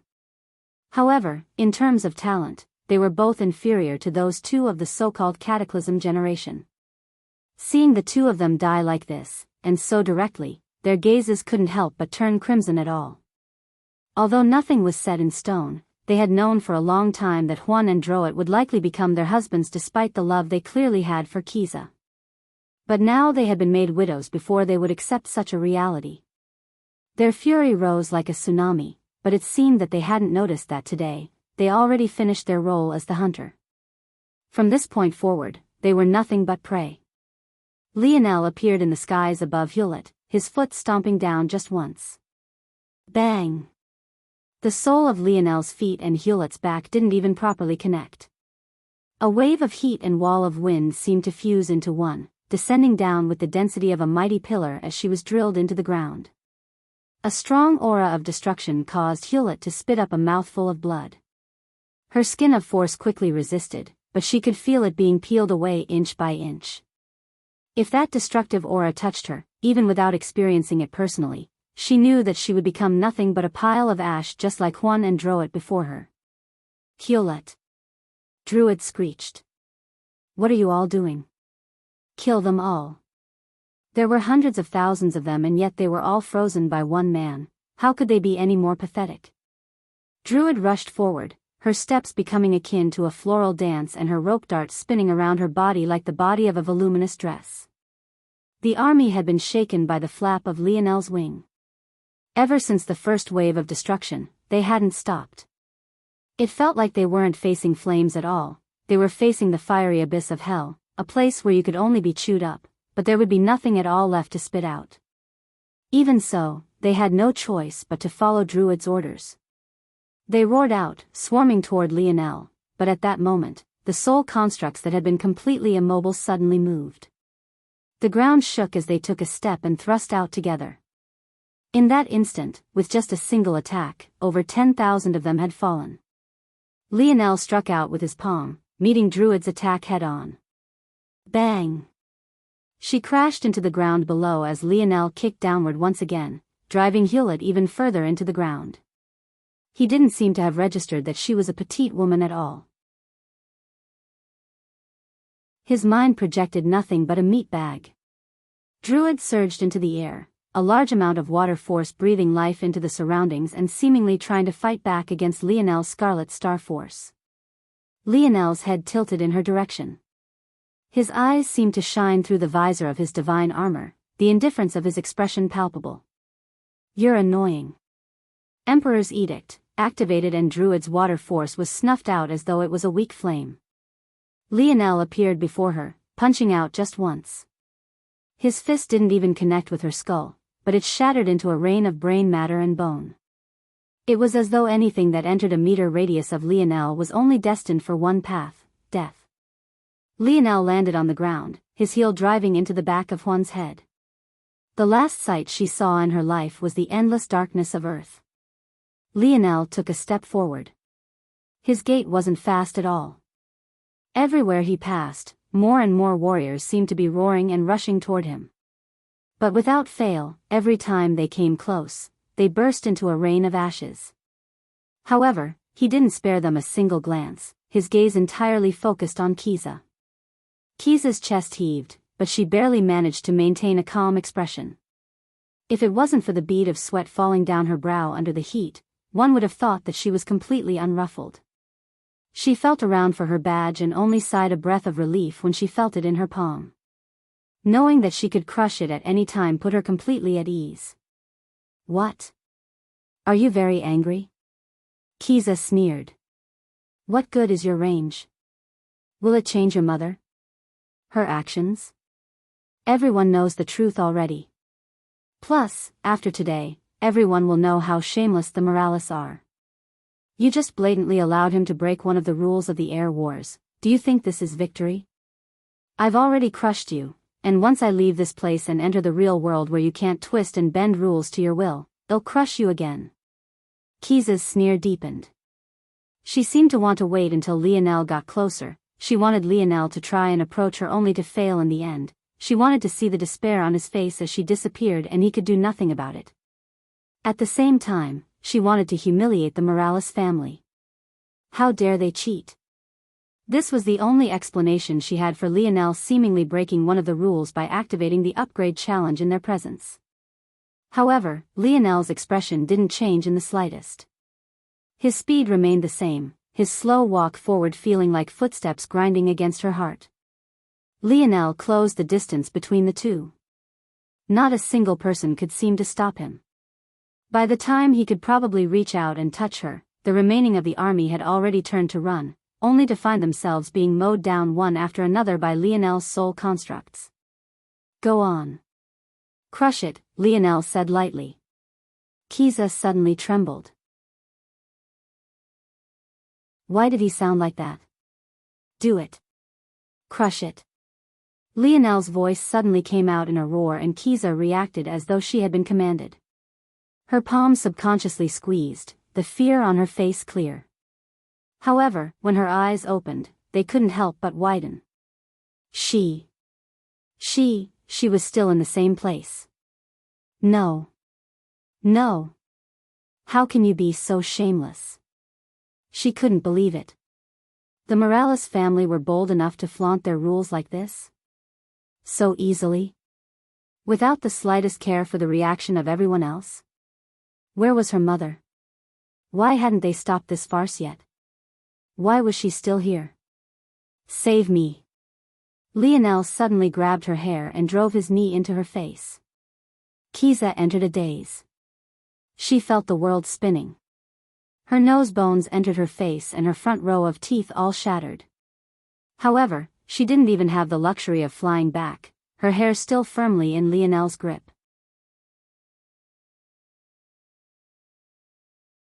Chapter 1991.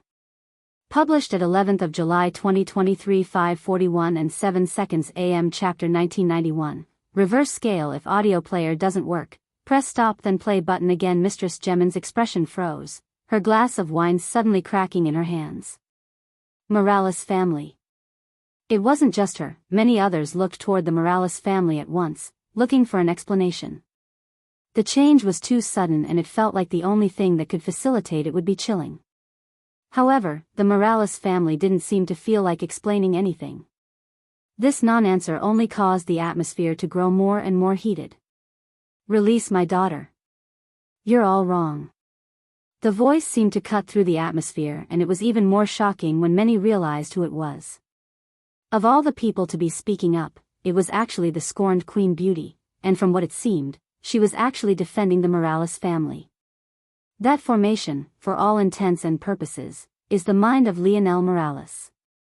It is separate from the constructed world of the Air Wars as it is built on its own dream force.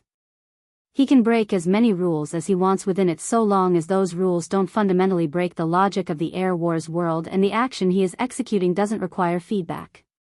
The badge didn't work because he simply didn't want it to, it's that simple.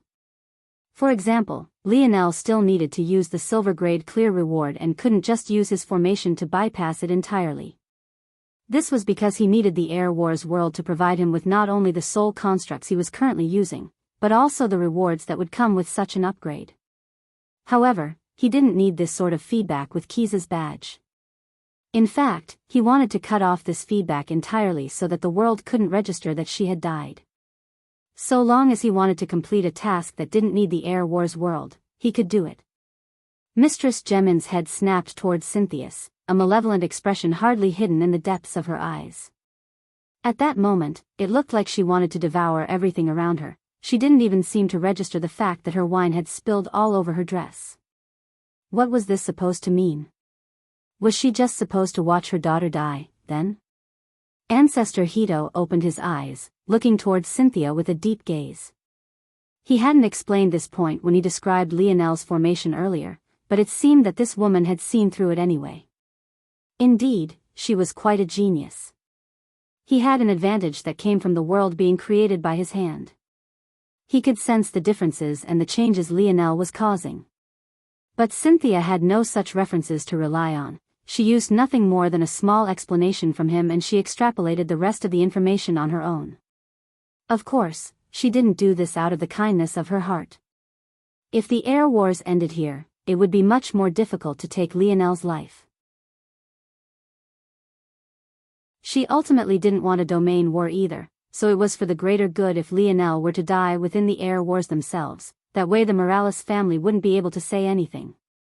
If anything, this was only positive. The more the human domain saw of Lionel's viciousness, the easier it would be. Cynthia's gaze flashed with a hint of coldness. Bang! Bang! Bang! Lionel treated Kiza like a ragdoll, his actions savage and entirely unrestrained. If there was anything he held back in, it was the retreat of his Scarlet Star Force. He wouldn't allow this kind of woman to die so easily. Holding on to her hair, he smashed her head into the ground several times. It was only when he thought that he might accidentally shatter her skull did he pull back, lifting her high and grabbing one of her wrists. Kiza, whose head was spinning and was having a hard time seeing straight, didn't even realize what was happening until it was too late. Her eyes suddenly opened wide and her mouth, missing several teeth, released a blood-curdling screech. Her arm was ripped out of its socket, a current of blood following the arc of Lionel follow-through. A flicker of a flame pulsed in Lionel's eyes as her wound was seared close in stomach-churning fashion. The air was filled with the stench of burning meat and blood and carnage. Bang! Bang! Bang! Lionel was absolutely relentless. He seemed to have entirely forgotten that there was an entire army around him, but then again, not a single one of them even dared to get close to him. Many of them had a deep fear of Kiza in the depths of their heart. Seeing her being treated like this left them shivering uncontrollably. Lionel's gaze didn't even seem like that of a human anymore. It was as though no amount of beating could possibly allow Kiza to atone for her sins. Her face was entirely unrecognizable, her clothing was in rags, but even what should have been the soft and supple skin beneath was entirely ruined. Mistress Gamine could see nothing but red, but she was only in the 7th dimension. Although she had strong control over the Gamine family, the ancestor wouldn't allow her to do as she pleased, especially when the Omen family had also already spoken. However, what Lionel did next made her faint directly. Her force went so far out of control that her skin burst, red streaks running down her rolled-back eyes, ears, and nose. "You like talking about whores a lot, right?" Lionel's voice seemed to rise from an icy hell. Kiza shuddered. She wished for nothing more than to pass out, but Lionel had somehow managed to stop her from doing so. She could feel every break of the flesh, every shatter of her bones, every strong impact. She had never experienced such suffering in her entire life. Suddenly, she was tossed out, her body landing heavily in an encirclement of the beasts she had been so proud to be in control of just moments ago. The eyes of the human domain widened. They knew that from that moment onward, that fiendish gaze of Lionel's would be imprinted onto their nightmares. And at the same time, they knew never to touch his reverse scale. The echoes of Kiza's screams sent jolts of electricity down their spines.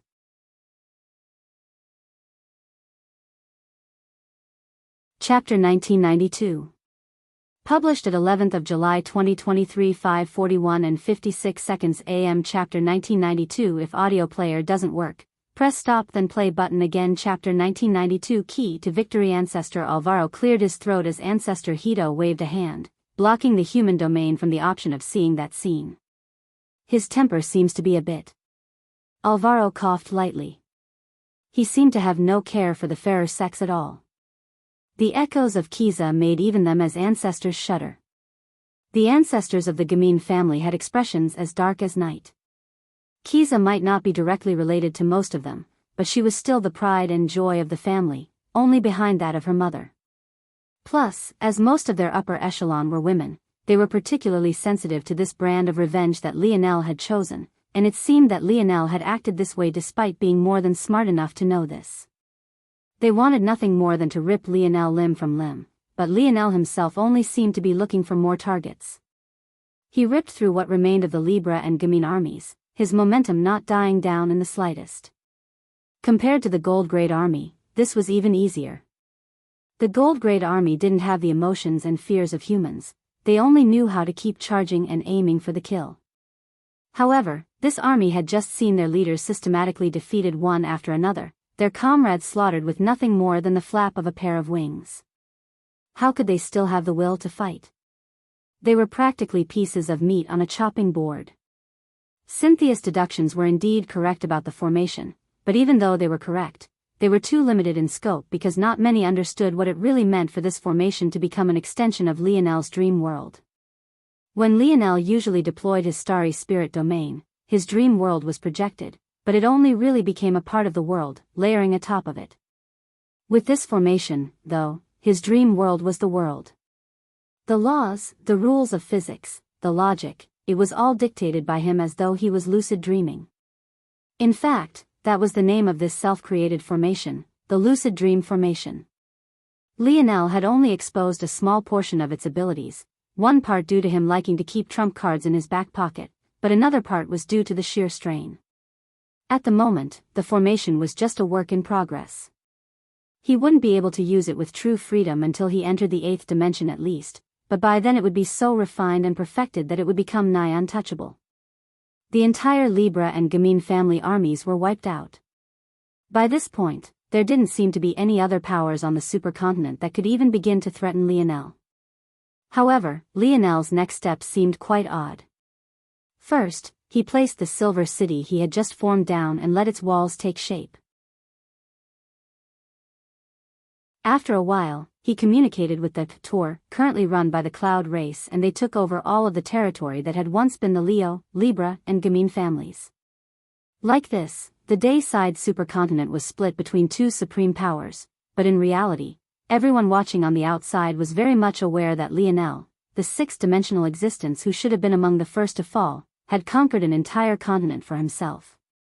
While there were still some powers here and there, it was only a matter of time for them all to be wiped out and for the continent to truly be unified. Rho Alpha D Alpha SN knew at the same time. Despite the victory, Lionel knew when to take a step back as well. After his aggressive forward step, rather than openly claiming the continent, he maintained the illusion of the continent being controlled by two strong powers. In addition, he used his silver-grade city like a dummy capital city. While placing it within the same mountain range his original city had been in, it was difficult to tell exactly which of the two was the main city, especially when he ordered some soldiers of the Oryx and Skies to manage it. More importantly than that, he had monopolized the resources of an entire continent for himself. No matter how you looked at it, Lionel was by far and away firmly within first place. However, there wasn't a hint of satisfaction on Lionel's face. Just a pair of families like the Libra and Gamine had actually pushed him to this extent. By the time he started targeting the other continent, they would be even more established, with even more subordinates. The gap would only grow larger and larger. Lionel's expression was dark. He only seemed to react when a soft hand slipped into his. Aina smiled. She's already suffered the worst kind of humiliation and death. There's no need to keep being mad, because then she wins, right? Lionel blinked. Indeed, he wasn't mad about the odds he was being faced with, he was just still pissed off about Kiza. Maybe the fact that she had almost forced him into a corner made him a bit more sensitive about another potentially doing the same, but the root was ultimately her. He had every confidence that he would be able to crush everything in his path. He should just forget about such trash. Lionel smiled and nodded, the heavy atmosphere suddenly vanishing with the wind. Let's return, we have work to do after resting. Lionel and the others entered the nearest outpost and teleported back to the gold-grade base. Lionel's mind flickered with many thoughts. His formation was powerful, but its greatest weakness was its lack of mobility. Even setting it up took over half a day. It just wasn't feasible to use continuously. He would have to put his eggs in a different sort of basket. Soon, the Umbra family would return with the details of the supercontinent and he would redeploy the Cloud race that had been freed up after the territories he had sent them into were destroyed. They had made a lot of things smoother for him, and as the numbers of subordinates on the other side grew, it would be even easier for them to infiltrate and relay information back to him. For now, though, he would rest. When he awoke, he would begin to take his first steps into the ocean. The key to victory was within.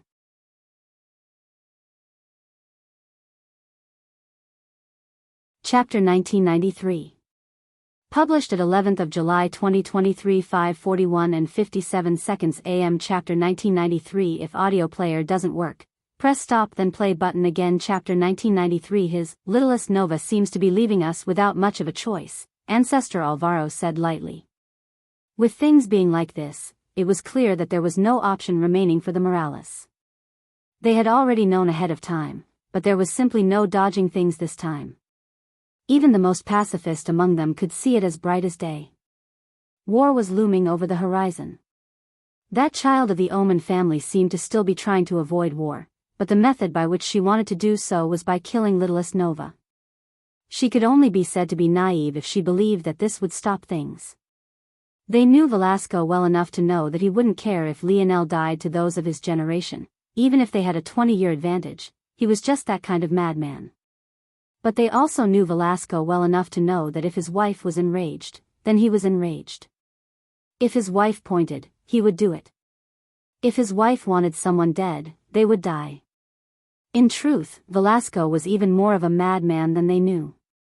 To him, his seed should be capable of facing off against the entire human domain without trouble. Now that Lionel had seventh-dimensional strength, he had grown up enough to maneuver the world on his own. Of course, all of this was irrelevant so long as Alienor shed a single tear. Even if the Morales did nothing, the Omen would face the wrath of Velasco. People knew too little about Alienor and the Ascension Empire. If not, they would know that facing the wrath of these two entities was definitely something to take note of as well. Alpha D Alpha S Eta Theta Nu Epsilon, he's decisive, more decisive than the rest of us. The moment the human domain showed such intentions, we should have already known that war was inevitable. He's already treating it as such. At this point, he's only slaughtering their futures right before them and staking his claim to this generation. The Morales family looked around them and it seemed as though half of those present were seeing red. Most would have already left by now if not for the fact they wanted to wait to see Lionel fall. They were like gambling addicts, gritting their teeth and waiting for the chips to fall correctly. Of course, there were some with far more sinister intentions than just that. If it wasn't sowing discord, they were definitely lying in wait. If by some miracle Lionel really managed to make it out, escaping the clutches of the countless geniuses of his generation, they would be here. They really wanted to see if the Morales family truly dared to face off against the entire human domain alone.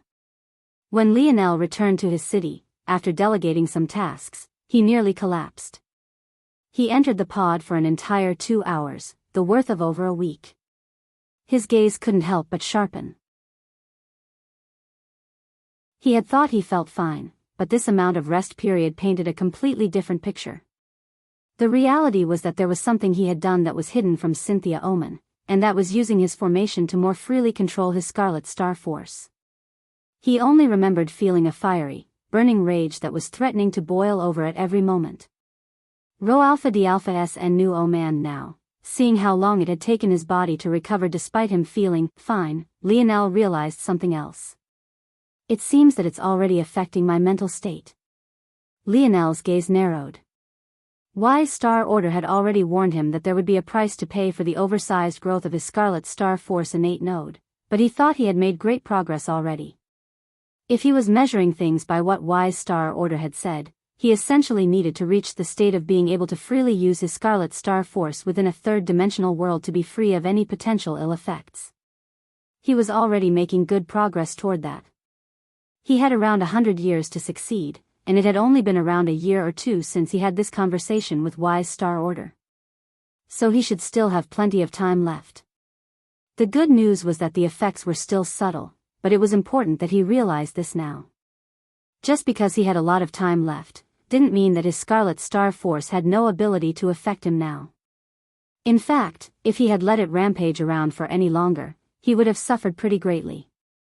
If his body hit empty, but he kept trying to push it, the result would be disastrous. There was another mother that was exceptionally important here. Within his formation, the fatigue aspects of the Air Wars world couldn't affect him so long as he kept it activated, and yet he was still so tired. This painted a picture that couldn't be more obvious, that formation truly took a lot out of him. Lionel adjusted himself and his gaze grew firm. With a step he vanished from his pod and appeared on the tall city walls of his territory. Down below, the ocean pounded against the walls. The others should have woken up long before him and started executing his orders. The surrounding 20 kilometers were all within their purview. There were almost too many things to clear in this region. However, not only did Lionel have that 20 kilometers, but he had also spent all 30 billion of his points to extend it by an additional 300 kilometers using his underwater outposts. The best part was that these underwater outposts that he had bought at a cost of 10 million points each, also had the teleportation function. I've rested enough, it seems that it's about time to begin. Lionel flickered and vanished. The supercontinent was conquered. There was only a final push to be made. Once he had finished accumulating, it would be time to march toward the dark side continent. But for now, these gold and air grade challenges and dungeons were his.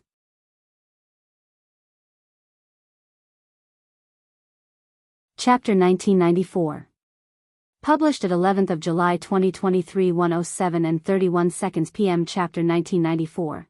Show me if audio player doesn't work. Press stop then play button again. The current situation wasn't bad, it could even be said to be quite excellent. Due to Kiza's actions, Lionel had gained himself around 200,000 beasts. The beasts didn't have great combat prowess, but they did have great speed, and their strength was at least enough to match up to bronze-grade threats. Those that had crossed the Tier 4 barrier could match up against those of the 7th dimension. Theta M. In reality, these beasts were quite pitiful. The gap between the tiers of the 7th dimension should be enormous. The gap between Tier 9 of the 6th dimension and Tier 1 of the 7th was only a precursor to what one might find on the other side. Someone like Lionel and Aina who could battle across that barrier could only be said to be monsters. As many of their number was already in Tier 6, they should have been the strongest creatures of the Air Wars, and yet they were already now on their third owner without any ability to resist. This was also the reason why, though Lionel took this gain as a positive, it was only a slight one. He didn't expect these beasts to cause a game-changing event unless he used them with exceptional cleverness, though he wasn't unique to such things. Ironically, Lionel's strongest fighters were probably those of the Cloud race, specifically Mei. If he fought her while holding back, the odds of him winning were next to zero. She was a tier of strength beyond even James. However, he had oddly chosen to sideline her into an odd position. The rest of the Cloud race in general were exceptional. Even the weakest of a gold-grade threat, while most were beyond and could face an air-grade threat on their own. It was almost a shame that Lionel only had control over a few thousand of them. Lionel organized these thoughts as he moved through the water with great speed. Soon, he had reached the region of the first air-grade threat. In truth, Lionel didn't have to go through all of this trouble. He had already thought of the golden-scaled koi fish in his possession. So long as he released that annoying little guy, a storm of force would form quite quickly that would catch the attention of all the oceanic beasts. This was the very same tactic it had used when it caused that oceanic beast flood all those years ago. It would benefit Lionel quite greatly to use it to his advantage now, or so it seemed. But there were many issues with this approach, the first of which being the fact that there wasn't enough control. That insane method only worked when your goal was to destroy everything. Lionel didn't want to do such a thing. The effort for the reward wasn't worth it. It had to be remembered that for the air-grade upgrade challenge, there would be 10 million gold-grade threats matched with 100 air-grade generals. There were already quite a number of air-grade threats just in this region alone. If Lionel really used the koi fish, he would end up facing a threat even worse than the air-grade upgrade challenge. At that point, he would be digging his own grave. There was, of course, another problem as well, and that was alerting his enemies to what he was doing. The commotion of such a method wouldn't be small in the slightest, so this was his best choice. That said, Lionel wasn't here to gather a measly 100,000 points. Rather, while everyone else was focused on clearing the challenges and the dungeons, he was focused on clearing these air-grade ocean monsters. As for why? The answer to that was obvious. He wanted their soul constructs. At the same time, this location was a convenient time to test the changes in his Void Star Force. Lionel extended a hand and grasped at the water, bringing out his black rod. At the same time, his first-tier divine armor covered his body as 5 stars appeared to his back. Vital Star Force flooded the peaks and crevices of his armor, lighting up the dark depths of the ocean. In the distance, an enormous shark beast finally noticed Lionel's appearance. Its menacing teeth bared and it swept its tail out just once. This simple action shot it forward like an iron ball from a cannon, the water gliding against its slipper skin as it grew to double its size in Lionel's eyes in an instant. Lionel's pupils constricted. Fast. He hadn't expected the jump to air grade would be so enormous. He had experienced the jumps from subgrade to bronze grade up to gold grade and he had thought he had a solid understanding by now. But just this movement alone let him know that he was very wrong. Bang! Lionel blocked the charge of the shark, feeling his organs jar as he was sent flying backward. His gaze narrowed. It was harder to produce force underwater, but after you had succeeded, the impact of that force was much greater. Flying through the air was one matter, but being sent flying through water, especially at great speed, felt like he was being hit with a freight train again and again. All right. Fair enough, Lionel balanced himself as the shark beast charged again. He took a deep breath. Even underwater, he wasn't impeded at all. At his level, He didn't see objects like he had back in the third dimension, especially not after comprehending a bit of force manipulation. Items weren't just themselves, they were also the sum of the forces that summed them up. Separating out the water force and only absorbing the wind force that carried the oxygen he wanted was all too easy for the current Lionel. Lionel wasn't enraged that this shark beast was powerful at all, in fact he was happy. The more powerful it was, the more worthwhile this would be. He even hoped they would get stronger. Rather than switching to his second-tier armor or activating star fusion, Lionel's body relaxed and he brandished his spear as the shark appeared before him again. This would be the only remaining time he had to do this before he was embroiled in battle after battle again. He wanted to see how much more room he had to improve his void star force. The two dark blue stars to his back glowed, the ocean waters suddenly trembling. Show me what you can do.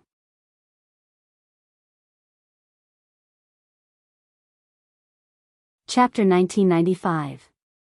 Published at 11th of July 2023 1:07 and 29 seconds p.m. Chapter 1995. Not enough if audio player doesn't work. Press stop then play button again. Lionel's battle intent blazed. With a step, a vortex of water formed to the sole of his feet.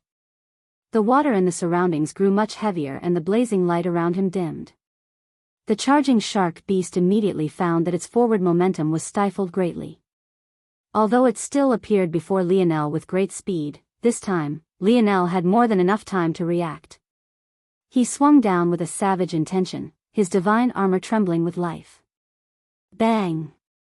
The shark beast was sent spiraling downward, but Lionel's gaze narrowed. Its skin was a great combination of silky and slippery matched with tough and rubbery.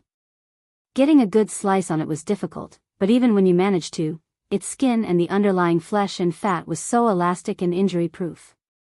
Lionel took another step and surged down toward the shark beast. He felt the changes in the water around him. As the pressure increased, he seemed to get closer and closer to the feeling that void star force gave him. What Lionel was looking for was an enlightenment similar to what he had gained from Earth Force. His comprehension of it had been entirely flipped on its head when he realized that Earth Force was just as much related to life force as any of the other elements.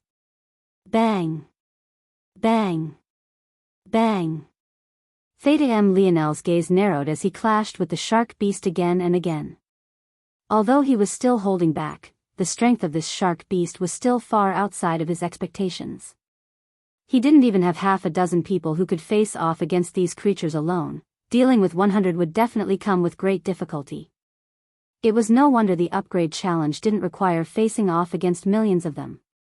If that was the task, there probably wouldn't be anyone who could accomplish such a thing among the heirs. Even if they all decided to work together, it would be fruitless. Lionel punched out once, meeting the jagged edge of one of the sharp beast's large teeth. Crack. That's it, that's the feeling right there. Lionel had chosen to change his approach after several exchanges. His water force affinity simply wasn't high enough to try and grasp the secrets of void star force just by relying on the water around him alone. But it was a different question if he tried to map on his feelings towards Scarlet Star Force toward the force that should be its most direct opposite. When he used Scarlet Star Force now, he could feel the presence of a barrier that extended from his body, a domain that sought to destroy everything in his path with a single touch. It repelled and shredded apart all. He looked for a similar feeling within the runes of his void star force and he found it. Rather than repelling and shredding apart, it gathered and fused. Once destroyed on contact, and the other almost seemed to create more of a thing, but it wasn't exactly that. Rather than creating, it was making it more substantial, more tangible, much heavier. Lionel's fist became like a vortex, swallowing everything in its path.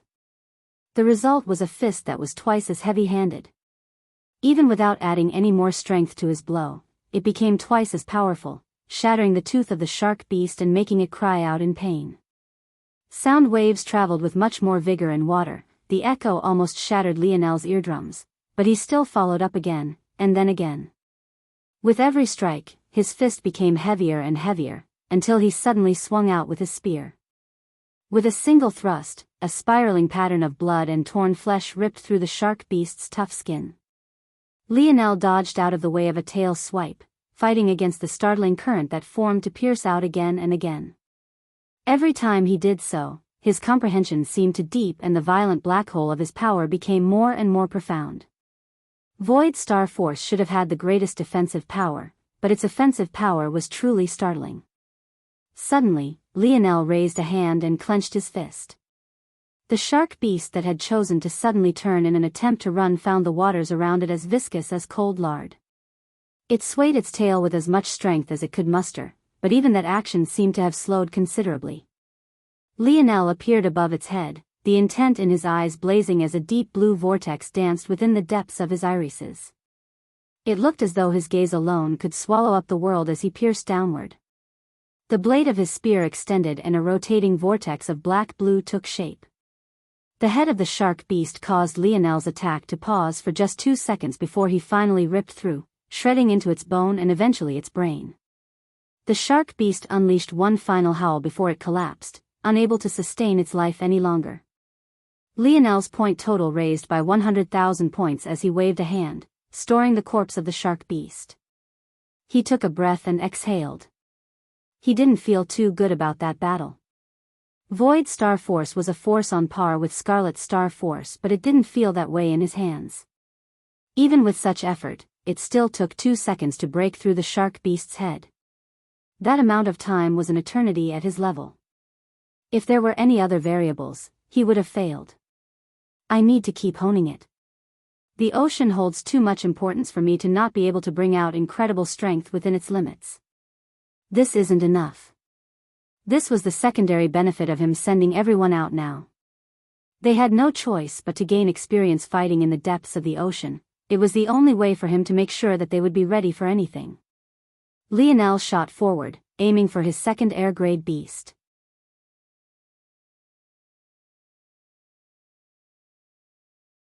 Chapter 1996. Published at 11th of July 2023 1:07 and 28 seconds p.m. Chapter 1996. Third and fourth. If audio player doesn't work, press stop then play button again. As Lionel's actions seemed to garner a ton of attention due to the appearance of yet another rare force, the situation on the night side continent was suffering its own sort of trial by fire. While Lionel had succeeded in unifying his continent, this was far from the case for the night side. This was only to be expected. Not only were there large movements from First Nova, Third Nova, Fourth Nova and Sixth Nova, this continent also had the Omen family, the Spirituals faith and half of the Constellation families. While Lionel's continent was whole, the night side continent was divided into at least a dozen large-scale territories that covered hundreds of kilometers in radius. The fight over resources was great and many had begun to realize that having access to the ocean's waters was of huge importance.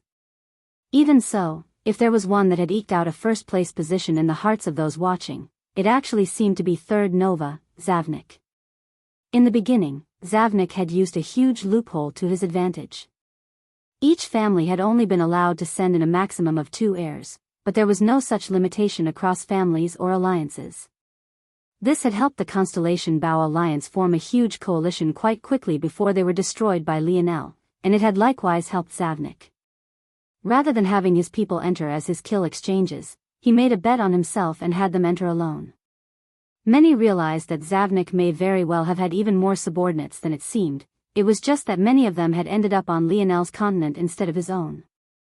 But regardless, he had caused so many heirs to defect to his side that he had started off with a hot streak that he had yet to allow anyone to close. Despite the volatility of the night side continent, Zavnik alone had taken out 2 constellation families, the Cornus and Cancer families. From the Cancer family, he gained a large waterfront territory, securing a large coastal control as had become the meta of the night side continent. Much like the Pisc and Aquarius families, the Cancer family had come with the intention of targeting the ocean. However, the Cancer family was a bit of an anomaly. For lack of a better descriptor, the Cancer family were parasites. The type of water force they controlled was one they called Cancer Force. This force was a fusion of life force, water force and soul force, and it had applications as odd as this fusion of forces. The Cancer family was able to use water force as a carrier of their force. Once their Cancer force was deployed, so long as the target had any water force in them, they would be cursed. This was a fate that humans couldn't dodge, as far too much of their bodies were formed of this force. Depending on the path the Cancer family had taken, they could do quite a number of things with this control. Some controlled humans, others controlled beasts, some were excellent at reconnaissance, but all were quite well known as Cancers. The original plan of the Cancer family was to poison the ocean's waters with their Cancer force and forcefully take hold of the creatures within its limits. The trouble with this plan is that it would take quite a long time. It was relatively easier since corrupting water force was what they did first, but the ocean was, obviously, impressively large. The other problem with this plan is that it was quite useless to control oceanic beasts if they couldn't change the situation on land. The Cancer family hadn't been able to find an underwater territory in time, so they had to settle for one on land for the time being, but that made them a target for Zavnik to crush. In addition to this, Zavnik took control of the oceanic beasts that the Cancer family had managed to gather for himself, using them as the spearheads for his scouting.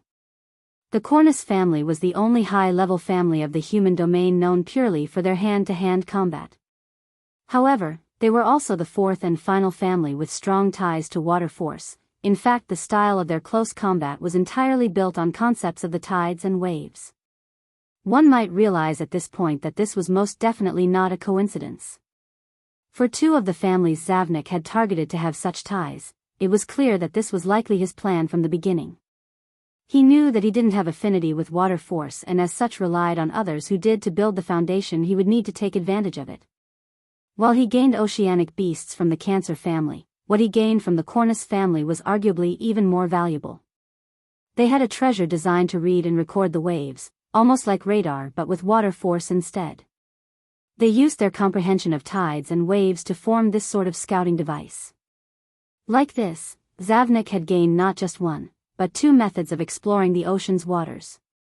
He knew well that First Nova's partner was the princess of the Aquarius family. If he wanted to make sure he didn't lose his advantage, he had to push quite fiercely. Though he thought this didn't stop him from marching on the night side continent. As for his target, it was none other than Fourth Nova, Sio. Fourth Nova was none other than the very same Nova who had tried to sign Aina to a contract. He seemed to have changed greatly since then, having vanished into thin air. Since then, Lionel hadn't seen or heard a peep out of him. But now it seemed that there would be a clash between two brothers once again. Zavnik looked forward with a confident expression while Sio looked down from the city walls quite solemnly.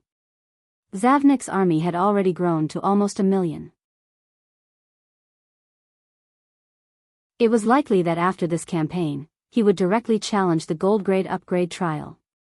After a moment, though, Fourth Nova's expression sharpened, the hum of a spear echoing from him.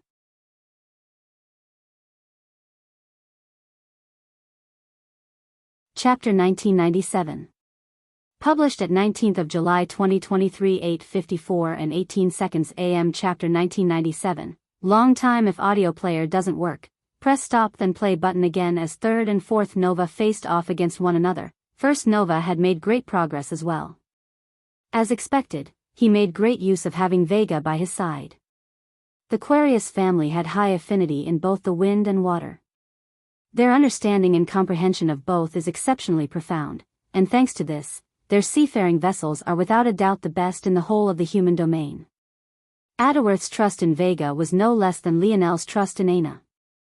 As such, after reaching a certain point, the two separated themselves between two territories, one underwater and the other on land. Their efficiency was quite great and their progress was excellent. These two, First and Third Nova, were without a doubt the two with the strongest presence in the water on the night side supercontinent. The others could only be said to be much further behind, but this didn't mean that they didn't have their own advantages. Sixth Nova had focused entirely on his military might. Much like Lionel, he claimed a territory as quickly as possible, carving out a place for himself. Although his territory wasn't the largest as that right was left to Zavnik, it was the second largest. However, he had run into problems of his own as well, much like Fourth Nova. He found himself sandwiched between both the omen and spiritual faith. Much like Vega and Adworth had separated, his partner, Bruno, had no choice but to take the helm in sweeping toward the west while he moved toward the east. After several clashes, the Omen and spiritual faith seemed to realize that Sixth Nova wouldn't be easily dealt with, and as such they turned their attention away. Even so, most seemed to believe that Valor's days were numbered. The spiritual faith didn't seem to be taking part in these air wars for the sake of victory.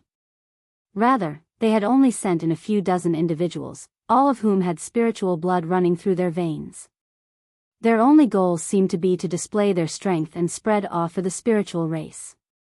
The Omen family didn't have great combat strength just yet, as many of those they had exchanged for were pure crafters. However, with such a large team of crafters working as one, there was no doubt that the longer the Omen family was allowed to survive, the larger their future advantage would be. Due to these reasons, many waved off Sixth Nova's ability to survive. While the spiritual faith had decided to focus elsewhere, it was only a matter of time before they felt it was about time to take him down. At the same time, once the Omen family settled and began rolling out their crafts with great momentum, who would be able to stop him? Valor's only chance seemed to be to deal with them as quickly as possible, but it was clear to all that he didn't have the ability to do this. The Omen family was led by a young man. He was exceptionally tall, almost 7 feet, in fact, but his frame was quite slight, the shoulders of his lab coat seeming to be quite loose on him. This young man was Crone. Had Lionel bothered to enter the Force Crafting Guild of the Void Palace, he would have recognized this young man. Because Ramon was so low-key, it was widely accepted that the best crafter of the younger generation was none other than Crone Omen, the younger cousin of Cynthia Omen, the scorned Queen Beauty. That said, even if Ramon was less of an introvert, the winner between the two of them wouldn't be clear. As talented as Ramon was, he split quite a bit of his time for his spear domain lineage factor, and even beyond that, most of his crafting research was focused on forging his divine armor. This focus had allowed him to form an exceptionally powerful gauntlet of divine armors, but these were obviously niche crafts that only he alone could use. Crone, however, was much more of a pure crafter. His skill was more wide-ranging and his tool kit was much deeper. That said, Crone wasn't alone in this. The brain power of the entire Omen family was at his back. The Omen family had entered with a systematic plan.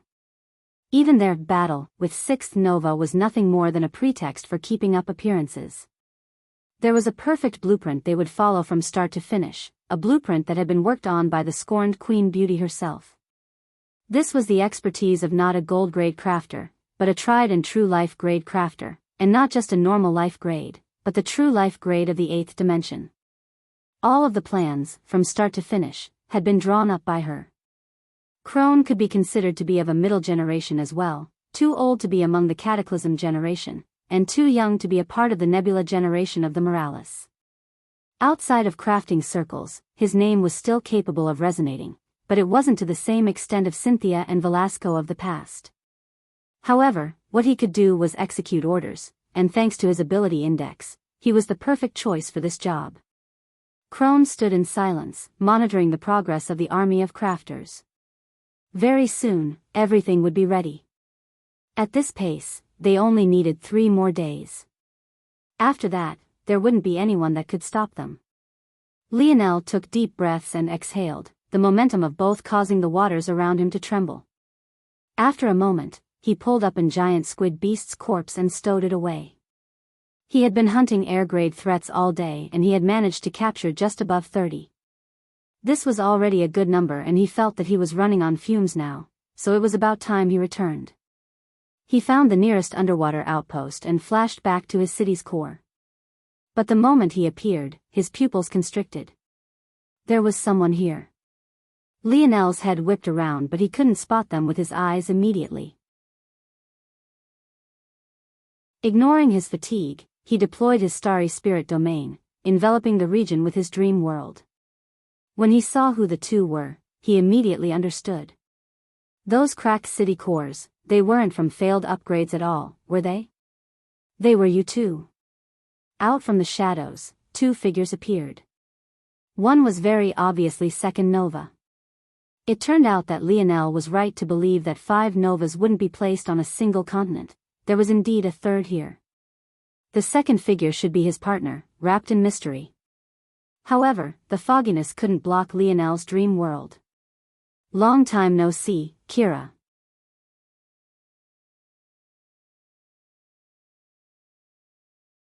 Chapter 1998.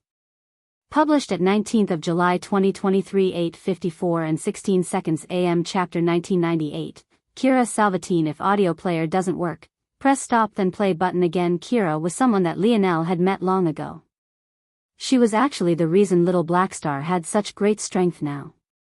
She was a bit quirky and silly, and Lionel found her to be actually quite adorable, but these could be considered to be less than ideal circumstances to meet, though Lionel had already guessed that something like this would happen. Back when the two of them had met in the Dimensional Cleanse trial zone, she had already told him that she couldn't become one of his generals because she was already tied to one of his cousins. Obviously, that cousin turned out to be Second Nova. Lionel had been wondering about this for quite a while, though. The Salvatine family that Kira came from should have exceptional power. After all, how could a normal family possibly gain the blood of a void beast? It had to be remembered that void beasts were the most powerful and devastating creatures of the universe. The spirituals were commonly known as the most powerful race, but that was only because void beasts were so few in number. It was hard to rank them among such powerhouses because many believed that they had long since been extinct. For the Salvatine family to not only have such a large vial of their blood, but to even treat that blood like a gift to give a little girl who was only in the 5th dimension at the time, just how great did their power need to be? But oddly enough, Lionel simply never heard a peep about the Salvatine family after entering the wider world of the human domain. He didn't hear of any of them in the Void Palace, they weren't on any leaderboards, they didn't even appear for the gathering of powers that decided the rules of these air wars either. They seemed to have never existed at all, almost as though Kira had simply made up her name and that her family never existed to begin with. This much was still acceptable. After all, the human domain was large and the Lionel of back then was quite weak. Who knew, maybe the Salvatine family wasn't nearly as strong as he had thought them to be and had just happened to run into the treasure of a void beast's corpse. In that case, Kira would likely have just been insane to casually give something like that out, but she was a bit of an airhead to begin with, so that was relatively easy for Lionel to accept. However, the problem with that line of thinking was that Lionel had been to the Void Library. Not only had he been to that library, he had read everything within it. And yet, that library didn't have a single mention of the Salvatine family, not a small historical footnote, no family register, not a single mention or peep about them. Lionel didn't understand why this was before, but he suddenly understood now. When he looked at the shadowy figure that was Kira, it felt all so obvious. Kira wasn't human at all, she wasn't a beast, nor was she a spiritual. She was actually a demon. The shadow seemed to tremble slightly and then pout when Lionel called her out, but she still didn't step out, nor did Lionel expect her to. She had already made her allegiances clear and Lionel didn't blame her for it. What was she supposed to do?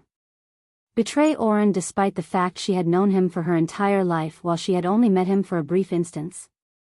That didn't even make sense. Kira's shadowy figure trembled once more and a pair of short sabers emitting dense black fog took form in her palms.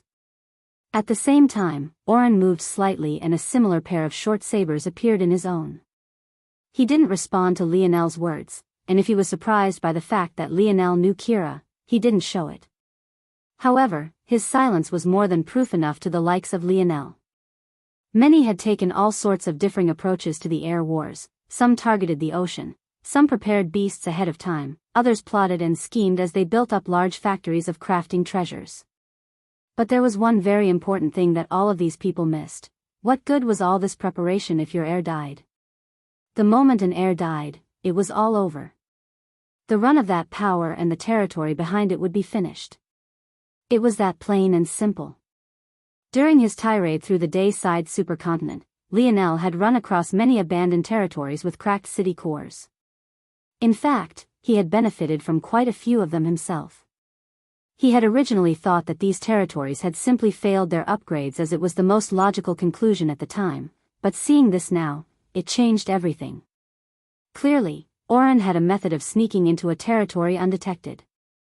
If Lionel was correct, he was probably testing out this method on weaker powers before he targeted the ones he really wanted to get rid of, but he had likely never expected for Lionel to clear the supercontinent and claim it for himself so quickly.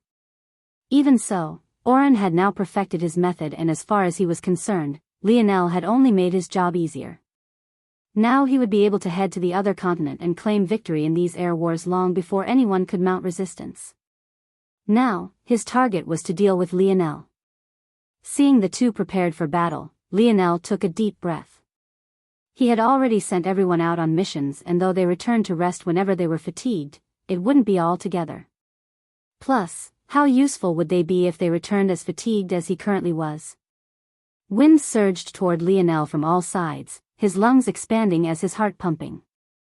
Suddenly, the two figures of Oren and Kira vanished.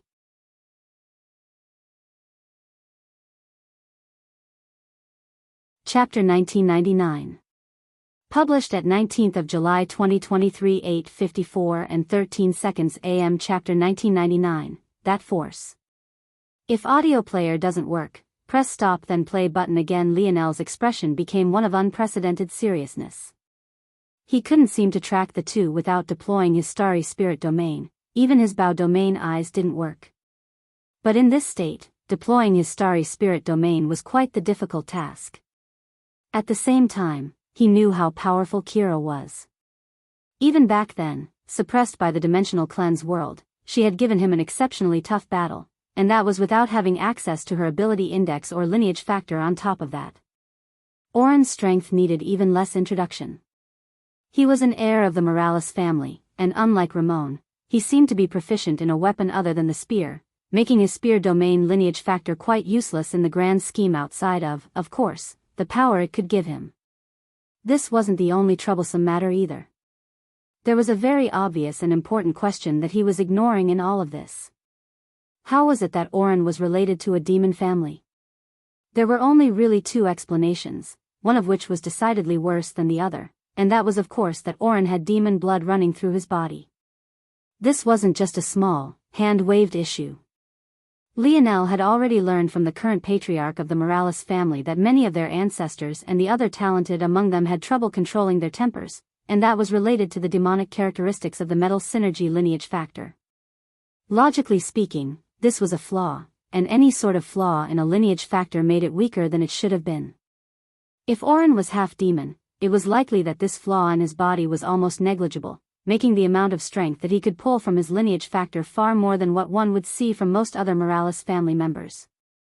Of course, no matter what advantage he had in this regard, it was impossible for him to match up to Lionel, who had brought the metal synergy lineage factor the 8th dimension far ahead of time. But it still had to be considered that Lionel was still in the 6th dimension while Oren was already in the 7th. As the second eldest Morales, the second Nova, Oren was already in Tier 3 of the 7th dimension. Until now, Lionel hadn't cared much about tiers because his talent so heavily suppressed everyone else. But if he was correct about Oren, then the advantage he had was far smaller, and that didn't even begin to mention Kira, who was likely a full demon at Tier 1 of the 7th dimension. Lionel had met the geniuses of other races in the tribulation zone of his spear domain ring. Although he had defeated them, he didn't underestimate them for even a second. That was because during the tribulation, much of the abilities they should have had were depressed and they were mostly forced into a confrontation of spears. Kira could be considered to be the first full-fledged genius of another race that he would meet. Lionel's expression couldn't help but hold hints of solemnity. Finding a path to victory in this battle would be exceptionally difficult. Suddenly, Lionel's pupils constricted as he took a strong step back. A saber blade just barely nicked his chin, drawing a hot line of smoldering, crimson blood. Lionel didn't hesitate, immediately erupted into his second-tier divine armor and released all 10 of his stars. He crossed his spear body before his body, just barely stopping another 2 sabers from piercing through his body. Lionel pivoted, blocked to his back and took another step back. His head weaved to the side and his spear shifted, thrusting out but hitting nothing but air. The teamwork between Kira and Oren was immaculate. They seemed to still be probing him, but the pressure was immense. With the support of his 5th-dimensional divine armor, his strength wasn't small by any extent. This was only further bolstered by universal force. However, it was difficult to use strength if you couldn't apply it anywhere. Their speed was fast, their attacks were unpredictable, and their strength was great. The worst part was that they had yet to use their full abilities while Lionel was already putting in quite some effort. Lionel wasn't the only one unhappy about these turn of events. No one believed that Lionel would die to a fellow Morales, so if he fell here, that meant that they would lose their chance to kill him within the air wars. In an irony of ironies, Lionel and his enemies were actually currently on the same side. I can't let it continue like this, Lionel thought. To his astonishment, though, Kira and Oren seemed to have read his intentions instantly. Their attacks suddenly became more ferocious, their speed increasing. Both of them seemed to exude a corrosive sort of aura that tangled with his vital star force and swallowed it up. Lionel could vaguely recall this aura, only because when he had fought Kira previously, it was greatly suppressed. Now that he was feeling the full brunt of it, there was no doubt in his mind. This was death force. This wasn't the first time Lionel had come across this force, but for some reason it felt so much sharper and more savage now. His dream world couldn't seem to keep up with their vague forms, and it was at that moment that he realized that it was because the very fog that coated their bodies was corroding his dream force. How could he track them if his starry spirit domain was collapsing in on itself?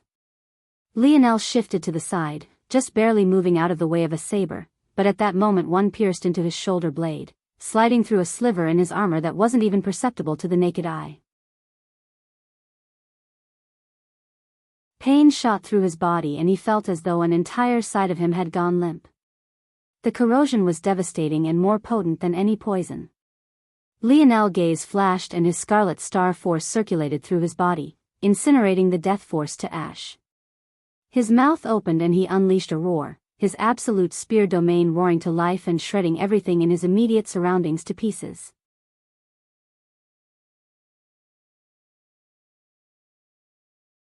Chapter 2000. Published at 19th of July 2023 8:54 and 11 seconds AM. Chapter 2000. Fair? If audio player doesn't work, press stop then play button again. Lionel took a breath and his gaze became frighteningly cold. At that moment, it was as though he had become a completely different person. His steps became calculated and measured, his spear strikes no longer feeling as wild and passionate. A cold breeze passed by as he stomped on the ground hard, his city lord manner trembling. His starry spirit domain vanished as he dismissed it.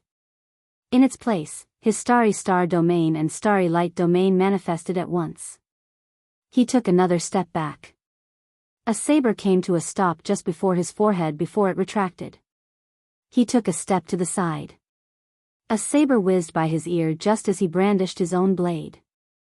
Clang!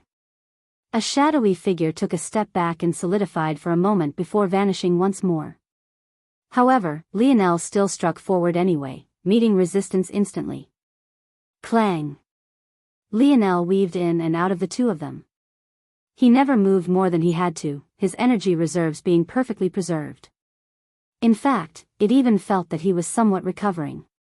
As time passed, Lionel entered less and less of a passive state.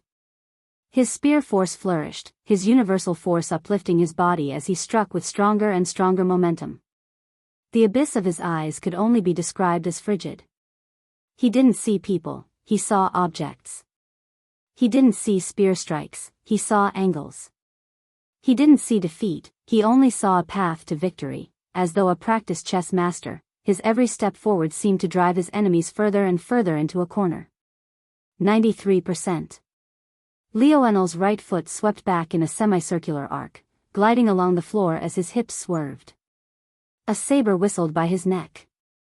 The distance was too close to use his spear, but that didn't stop him from using his fist. His spear vanished in a blink and his hips snapped back like an elastic band, his punching rocketing forward with it. Lionel finally connected with something solid, his second-tier armor billowing with violet steam as his star fusion, King's Might, roared. Bang! A shadowy figure was sent flying, piercing through the air. However, just before they crashed into the walls of the city manor, they vanished. Lionel was unmoved by the change. He had already moved again, his void star force rippling as he swung his spear out in a wide arm. Everywhere it passed, strong ripples passed through the air, almost like watching a bullet compress the wind in slow motion. Yet another figure was sent flying, a mouthful of blood flying through the air. Lionel was certain that this one was Kira, and the first had been Oren. They were actually so difficult to tell apart for him even now. Even so, Kira too vanished before crashing into anything. Lionel exhaled a breath, his frigid gaze becoming even colder. A piercing headache was threatening to split his mind in two currently, but he couldn't seem to feel it at all, having activated dream sense. He held his spear out, his heels slowly pivoting. Kira and Oren didn't appear for a long while. He narrowed his eyes, breathing slowly. But even after several minutes had passed by, they didn't appear again. They've left? Lionel made a show of relaxing slightly, but his heart was secretly on guard. For a pair of assassins like them, he wouldn't casually lower his guard. Although he had gained the upper hand while relying on his ability index, his mind felt like it was going to explode. Simulating the two of them and their actions felt like the most difficult thing he had ever done, and he was certain they hadn't even been going all out. Did they only come to probe me? But this would be their best opportunity to get rid of me. Why would they only come to probe me? Lionel's gaze narrowed. Something was odd here. Of course, Kira's identity was a bit surprising to him. It had to be remembered that the Silver Empire had been destroyed because of their relation to demons. The fact that Oren had demon blood running through his veins as a Morales was shocking in and of itself, but to also have contact with the demon race as well? That was definitely a step beyond anything Lionel could have expected. Lionel hadn't said anything about Kira's identity out loud because of this very reason. In addition, maybe only he could see through such a thing at a glance. He had not only seen demons personally, he had the sensory capabilities to see the true nature of a person's soul.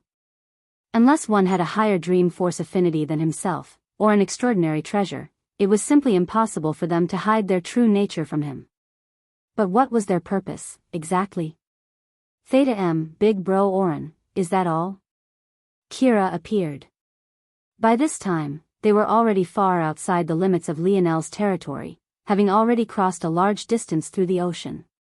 Kira was a bit indignant. It seemed she had wanted to fight some more. This was the second time she had lost to Lionel like that. Oren showed a rare smile and laughed, rubbing Kira's head like she was still a little girl. He's worthy of being our Morales family's heir. It was just a little test. You didn't even let me use 10% of my strength, though. That's not fair. Oren laughed harder. You're in the 7th dimension, even if you won, would it be fair? Kira crossed her arms over her chest and pouted. You know my situation, I can't become the heir of the Morales, it'll only cause them catastrophe. But before I exit stage left, I'll have to deal with another catastrophe first. Oren's gaze turned cold, facing in the direction of Third Nova's territory. He only had one goal here, and that was to deal with that third cousin of his. At that moment, on the night side continent, Third Nova stood over the territory of Fourth Nova. CO had suffered a crushing defeat.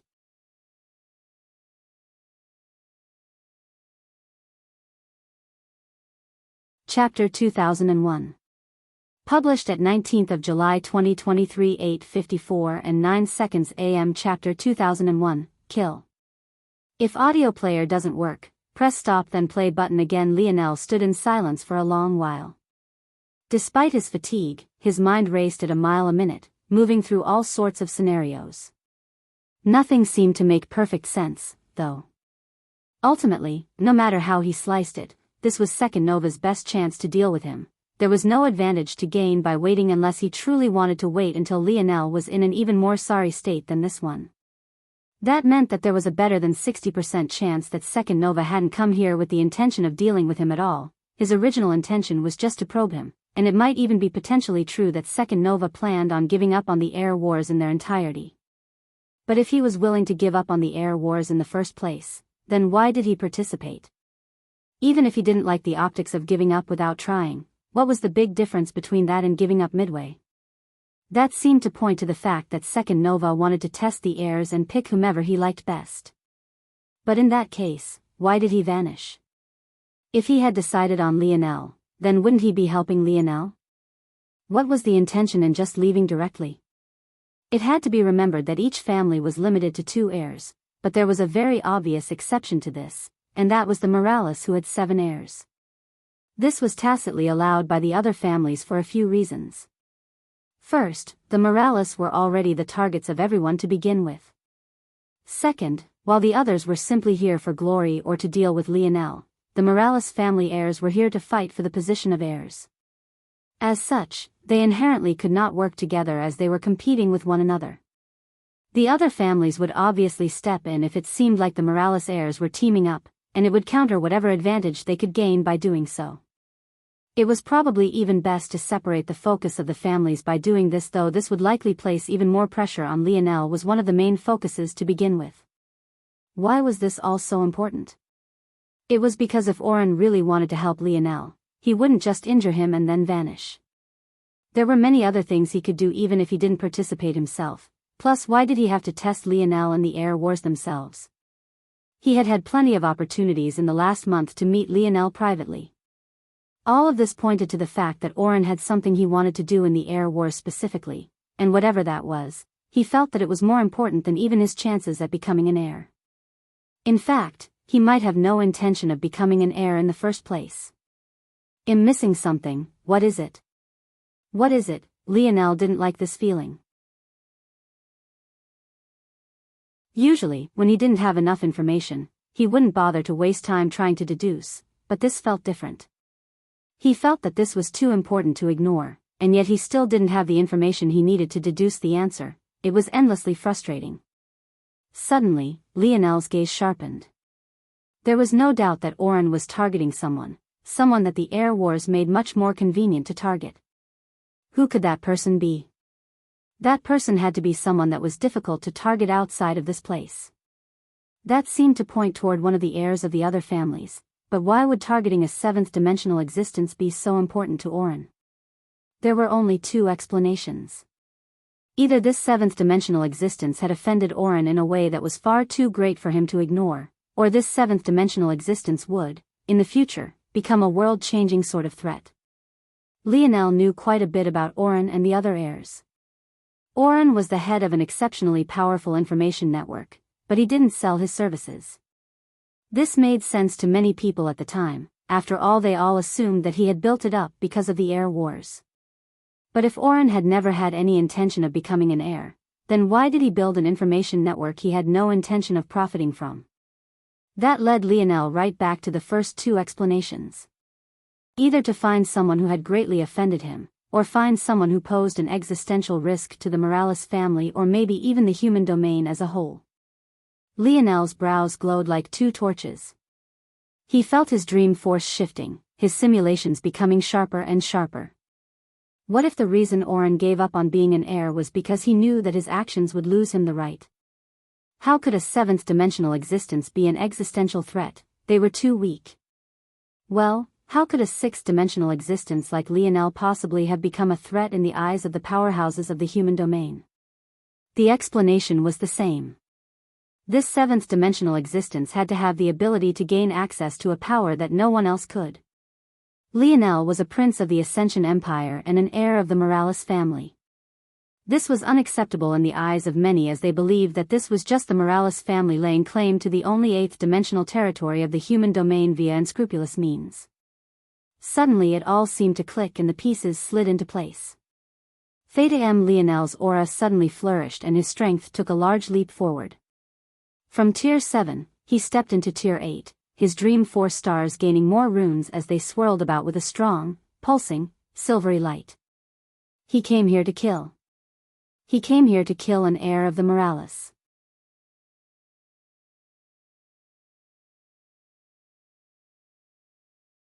Chapter 2002. Published at 19th of July 2023, 8:54 and 8 seconds AM. Chapter 2002. Who? If audio player doesn't work, press stop then play button again. Lionel's gaze was exceptionally bright at this moment. He felt that things had fallen in line, but this still opened up questions for who it could possibly be, and more importantly, why. Lionel didn't feel that Oren was likely to be a person who acted without cause. In fact, all of his actions seemed to point toward the fact that he was very much prepared for all of this. Those several broken city cores should be his attempts at testing several hypotheses for sneaking into cities without detection. After all, given the territory maps, Lionel could monitor everything in his territory with great ease. That was why he was so comfortable leaving it behind. Then there was his information network. He might have already used several kill exchanges to spread them out across the two supercontinents. That was how he knew exactly where Lionel was, despite the fact Lionel had a decoy city still sitting in the middle of the continent, and he likely knew exactly where his target heir was as well. In fact, this final probe of Lionel before he set off was just a final check to ensure that everything was in line and working perfectly, killing two birds with one stone. This person was meticulous, intelligent, and most importantly, patient. He hadn't even made a move until almost a week had passed in the air wars, and he was still carefully planning even now. Ironically, due to his true demon blood, Oren was even calmer than most Morales, as the lineage factor did affect his mind as much as it did the others. On top of that, he was young, comparatively speaking. Meaning, the Morales lineage factor had yet to impact him nearly as greatly as it did the other Morales ancestors. What was most convincing to Lionel was that just now, he had gotten the final hit in on Oren, and yet the latter didn't feel the need to prove a point. Lionel knew Oren was holding back and could have made him suffer a loss before leaving, but he hadn't. This wasn't a rash person who couldn't control his own ego. Like this, even without understanding the underlying story, Lionel already believed Oren. But the question was, who was Oren targeting? Lionel's thoughts flickered, his mind settling on one person, Fourth Nova. Lionel deduced that Fourth Nova had the highest odds of being the person Oren was targeting. Back then, Lionel had thought that Fourth Nova wanted to sign Aina to a slave contract just because he thought she was a beauty, but what if it was more than that? Just a few weeks prior to that, hadn't the Three-Finger Cult appeared in an attempt to snatch Aina away due to her blood sovereignty? What if this was Fourth Nova's goal all along? Lionel's thoughts flowed incredibly smoothly, and he felt his mind making connections that he had never made before. He immediately decided who was the most likely to be Oren's target based on his own biases. The second most likely. Third Nova. I think you should take a look at. Lionel's gaze flickered with a cold light. Third Nova had some ties with the Suyard family and had even aided in the collapse of the stalwart polearm faction back then.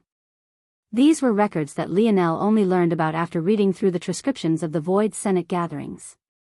Of course, this wasn't immediately obvious through the Senate filings, but who was Lionel and how good was his deduction skills?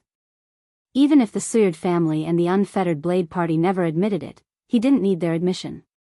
That timing was also suspicious, because it was also during that time that there was a change to the original True Selection and the geniuses of the Cataclysm generation were shipped off to the Rapak's nest. This wasn't in any Senate documents as it was a unilateral decision, but this was even easier for Lionel to deduce for one specific reason: his father. Why would his father take Rosen Suyard's arm if the Suyard family was not related to this? This seemed to paint the picture that Third Nova was in bed with the Suyard family, and may have even used this to intentionally target Lionel.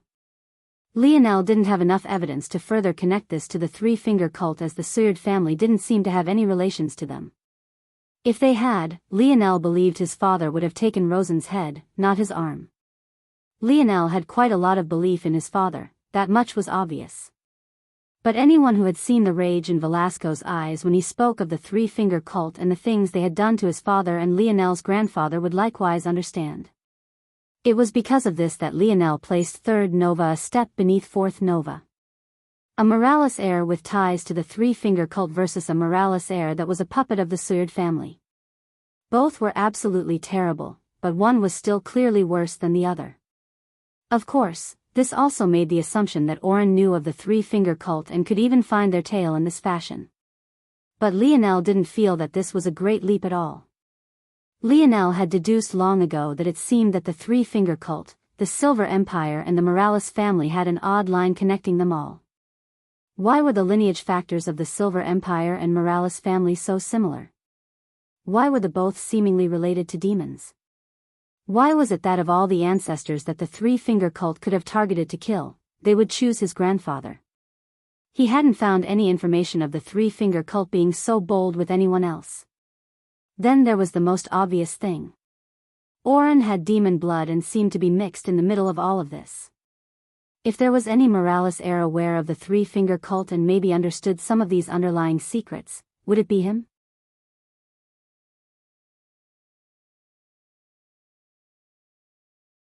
Chapter 2003.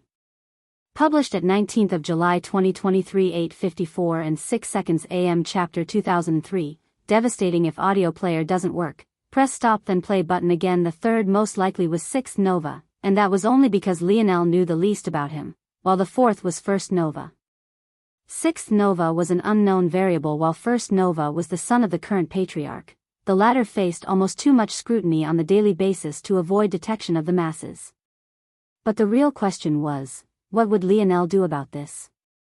Given the strength of Kira and Oren, he didn't think anyone of the Umbra family could follow them covertly. The best he could do was monitor the general situation of the Nightside supercontinent. But what if he failed? Lionel's brow furrowed. Just as he was thinking, several flashes entered the city lord's mansion. He didn't even need to look to know that it was the Umbra family. They were actually a day late, but he didn't berate them. If there wasn't a good reason, they wouldn't be. Lionel had originally expected them back yesterday, but the fact they had only come today wasn't bad news, it was actually good news. It meant there was information to be had. As expected, after Radley's began his report, Lionel's gaze narrowed. When he got to the end, Lionel's entire perspective shifted. 4th Nova fell? Lionel's heart skipped a beat. This could only mean that his deduction was wrong. If the number 1 threat to Oren could fall to 3rd Nova's hands so easily, then Oren would have never had to put in so much effort in the first place. Lionel had a hard time believing that someone as powerful as Oren, and more importantly intelligent, would put so much effort into something that was such a non-factor. The only explanation was that 4th Heaven wasn't the true threat was 3rd Nova. 3rd Nova's forces were too overwhelming. He had exaggerated numbers under his wing and they were all of exceptional strength. 4th Nova didn't even last very long before he was directly kicked out. After that, his actions caused a cascade of events. 6th Nova fell not long afterward, and it's somewhat unknown how this happened. Originally, 6th Nova was stuck between the spiritual faith and the Omen Empire, but neither seemed to have been the ones to take him out. He just suddenly vanished and his territory crumbled not long after. Lionel frowned. Could it be that 2nd Nova had gone after 6th Nova? Was he wrong about his intentions all along? Then again, it might also be a method of protecting 6th Nova. Aside from him, 6th Nova was the youngest, and he was most definitely the weakest among them all after the strength Lionel had seen 5th Nova display. This wasn't the fault of 6th Nova, he was just disadvantaged. He had only just entered the 7th dimension and most of his subordinates weren't up to par. He faced similar issues to Lionel, more than just himself had been screwed over by the delay in the air wars. But would 3rd Nova really dare to kill? At the end of the day, patriarch of the Morales family was just a temporary position, and one could almost be considered a figurehead. The ones who held the real power in the family were still the ancestors. Just by becoming the patriarch, 3rd Nova couldn't just hand over the reins of the family to the Suyard family.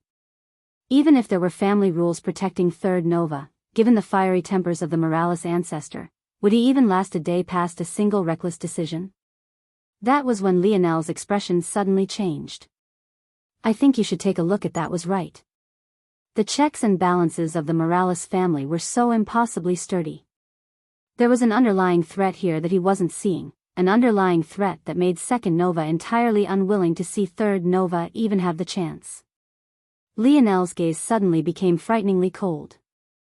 3rd Nova had made an enemy he wasn't even expecting to have made. Not only would Lionel defeat him, he wouldn't hesitate to kill him. Worst came to worst, if Lionel interrogated his soul and found that he was wrong, he would simply revive him. But from what it seemed like now, although he didn't have the evidence, 3rd Nova was tied to something exceptionally sinister. Oren could have never guessed that just a single probing attack of Lionel, an encounter that lasted no more than a few minutes, would actually give the latter this much information. As for whether this was a good thing or not, only time would tell. After Sixth Nova fell, there was a huge shift in the land.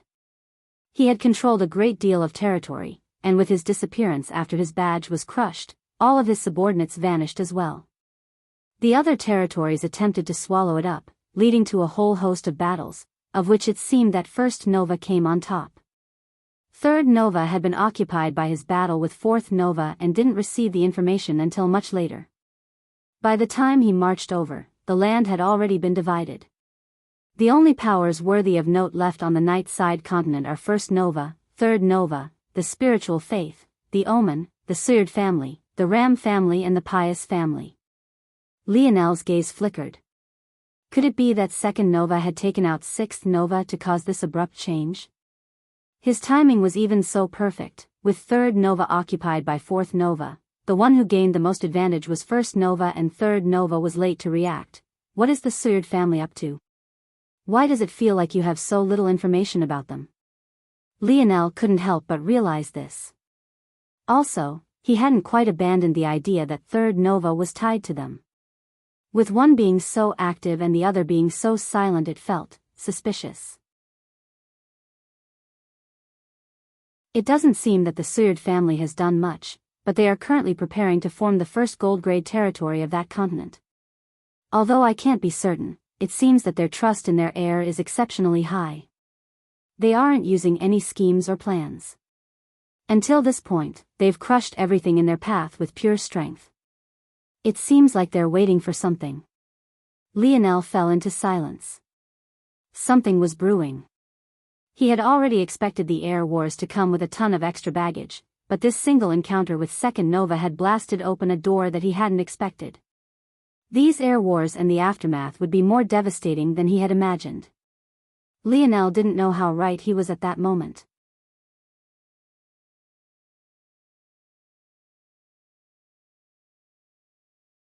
Chapter 2004.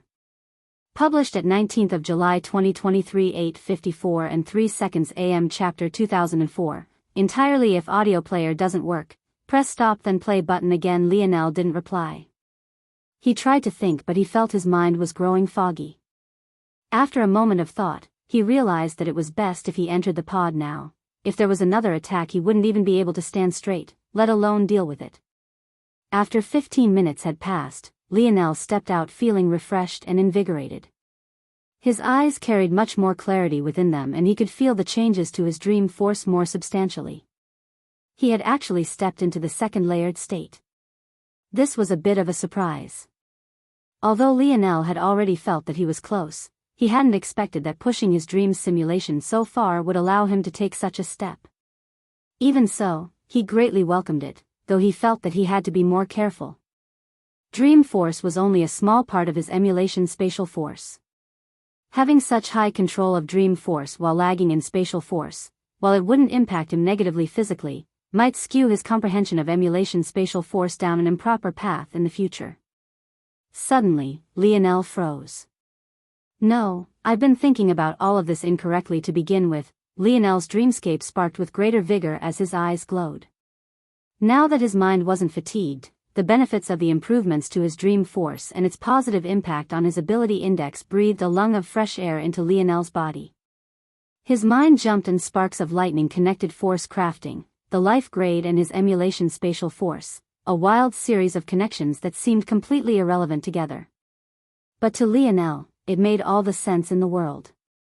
A force, its existence, is just an exhibit of the life grade. Wise Star Order already implied this when he described the existence of Scarlet Star Force to me. The reason it's dangerous for my innate nodes to be so perfect and complete, and yet for my comprehension of it to be lacking, is precisely because this force has a life of its own. It has a disposition, a personality of sorts, born from its own uniqueness. In that case, why would emulation spatial force be different? The unique characteristic of the life grade is that it had left behind its individual parts and become something entirely different.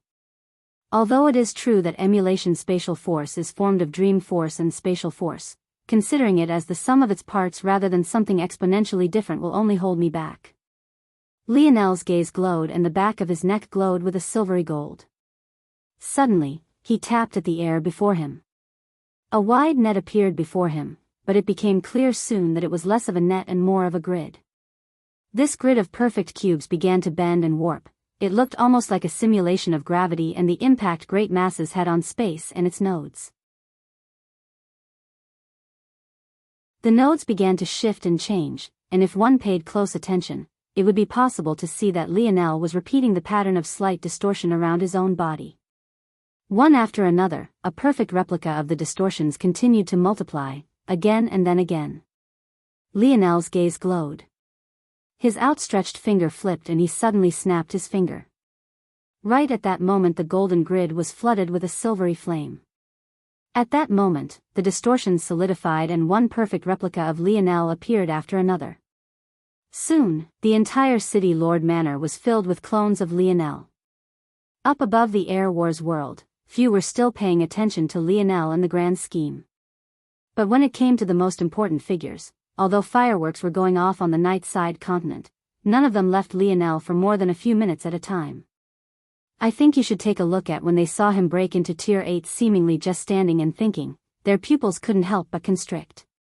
There didn't seem to be anything logical about his breakthrough, only Ancestor Hito could sense the sudden eruption of Lionel's dream force.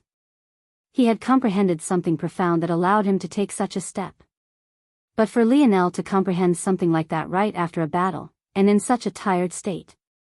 Just what kind of monster was he exactly? It didn't make any sense. However, this change shocked them even more than before. The reason for that was simple: they couldn't tell which one was the real Lionel. And this included Ancestor Hito, who had formed this world in the first place.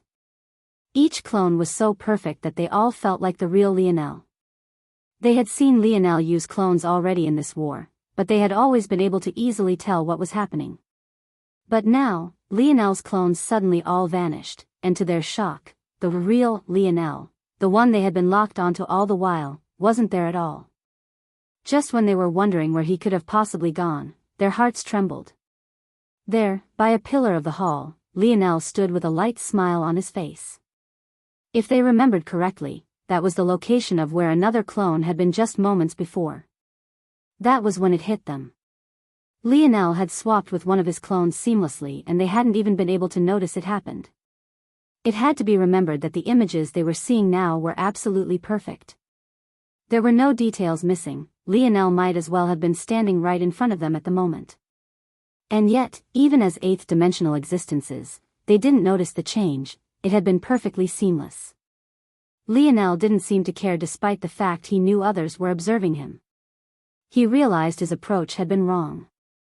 He kept thinking of Scarlet Star Force like it was a fire force. It wasn't fire at all, it was fire, star and light force. Unless he could fuse those concepts in his mind, he had no right to try and define it. This was also the case for his Void Star Force and his Vital Star Force. His perspective on the world seemed to shift entirely.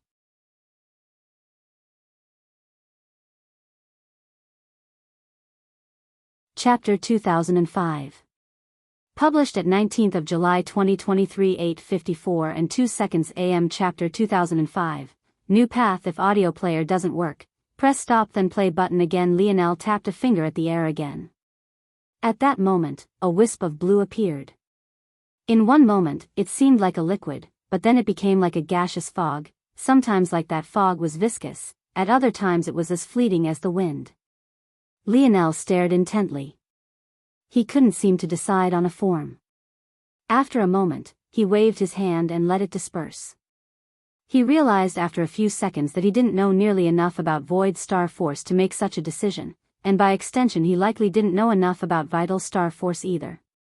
Although he understood what he had to do, taking the actual steps was too difficult. That said, Lionel tapped the air and a flickering red-gold flame appeared. However, he almost instantly understood that it was wrong. The flickering flame changed, becoming more and more solid. In the blink of an eye, it went from the wisp of a flame to a solid rotating ball. Every time it rotated, an echo of destruction flew out in a wave. It felt far more powerful, but somehow not quite right either. Lionel's gaze narrowed and suddenly the solid sphere became covered by a sea of flames, one state of solid and another of fire and gas, supplemented by a hidden layer of echoing silence. It didn't crackle, it didn't pop, a frightening sort of silence enveloped everything. With a clench of his fist, the Scarlet Star Force became a spear. A solid rod formed beneath the raging flames. A blade formed with a glass-like consistency, one could see right through it. And yet, with just a tap to the ground, the foundation of the City Lord Manor seemed to be on the verge of collapsing entirely. So that means, Lionel grabbed at the air with another hand, a dark blue spear forming. However, it didn't seem quite right. It was then it suddenly clicked. With a slight shift, the foundation of the dark blue force became an amorphous blob, rotating like a black hole. What was odd was that the center felt completely malleable. However, just before one reached the core, it was entirely solid. The suction force became so strong near it that everything, even the air itself, solidified. If one had paid attention, it would have been clear that this was simply the inversion of what Lionel had done with his Scarlet Star Force, and it suddenly slipped into place. Bang! Suddenly, Lionel's Void Star Force stars and Scarlet Star Force stars appeared on their own, their runes rotating to life. Lionel's irises began to glow, one with a fierce red-gold glow, and the other with a fierce blue-black. His hair fluttered, despite the fact he had only just entered Tier 8, his aura surged once again and he entered Tier 9. His aura seemed to want to soar past that, but there was simply nowhere to go. His force spilled over in waves, the city trembling again and again. Lionel couldn't seem to hold back. He raised his head to the skies, unleashing a roar. I think you should take a look at the waves of the ocean near his city rose like a tsunami. However, just when it seemed that it would swallow his city whole, it seemed to have crashed into an invisible dome. It was sent flying back with even greater speed, splitting the ocean tides into two to the point the barren bottom of the ocean could be seen for dozens of miles. Lionel's palm flipped over as a spear appeared in his hand. The blade rod expanded and a menacing blade formed. With a step through the air, Lionel appeared high in the skies, thrusting out his spear. His blade tip vanished and he seemed to have pierced out dozens of times in a single instant. Lionel's stance shifted and his spear swung. A beautiful spear dance overwhelmed the skies. Every time Lionel moved, the clouds above would split. After several moments, a gorgeous pattern appeared within him. The wind moved with his breath, space bent to his movements, time paused with his sight.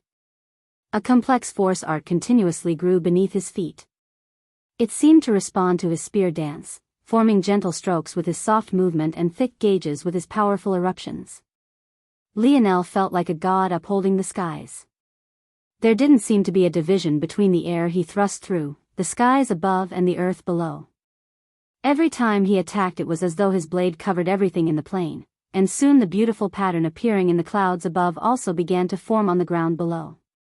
The Morales watching this spear dance felt their spears hum. Those with the spear domain lineage factor couldn't even control themselves as their spear crowns appeared above their heads, their irises flickering with raging spear force that wanted to howl into the skies above. Their hearts moved with Lionel's every swing, their breaths caught in their throats. It had all clicked for Lionel at once. It was all connected. Indeed, the life grade had always been the guiding lamp. The moment he had thought that his force arts would be the secret to the next evolution of his spear, he had been correct. He just hadn't known what the foundation would be, but now he knew. Lionel's gaze sharpened as his spear pierced into the skies. His entire being moved as one, the clouds above and the ground below glowed, the force art beneath his feet suddenly expanding to the point that it dwarfed the city below it. The spear howl seemed to be heard throughout the human domain, it tore through the canopy, forming the maw of a dragon as it soared, striking through the starry skies above. It was the kind of strike that would be indelibly marked in the memories of all those who saw it. It was a statement bolder than arrogance, louder than words, timeless and ageless. It was the strike of a new path of the spear.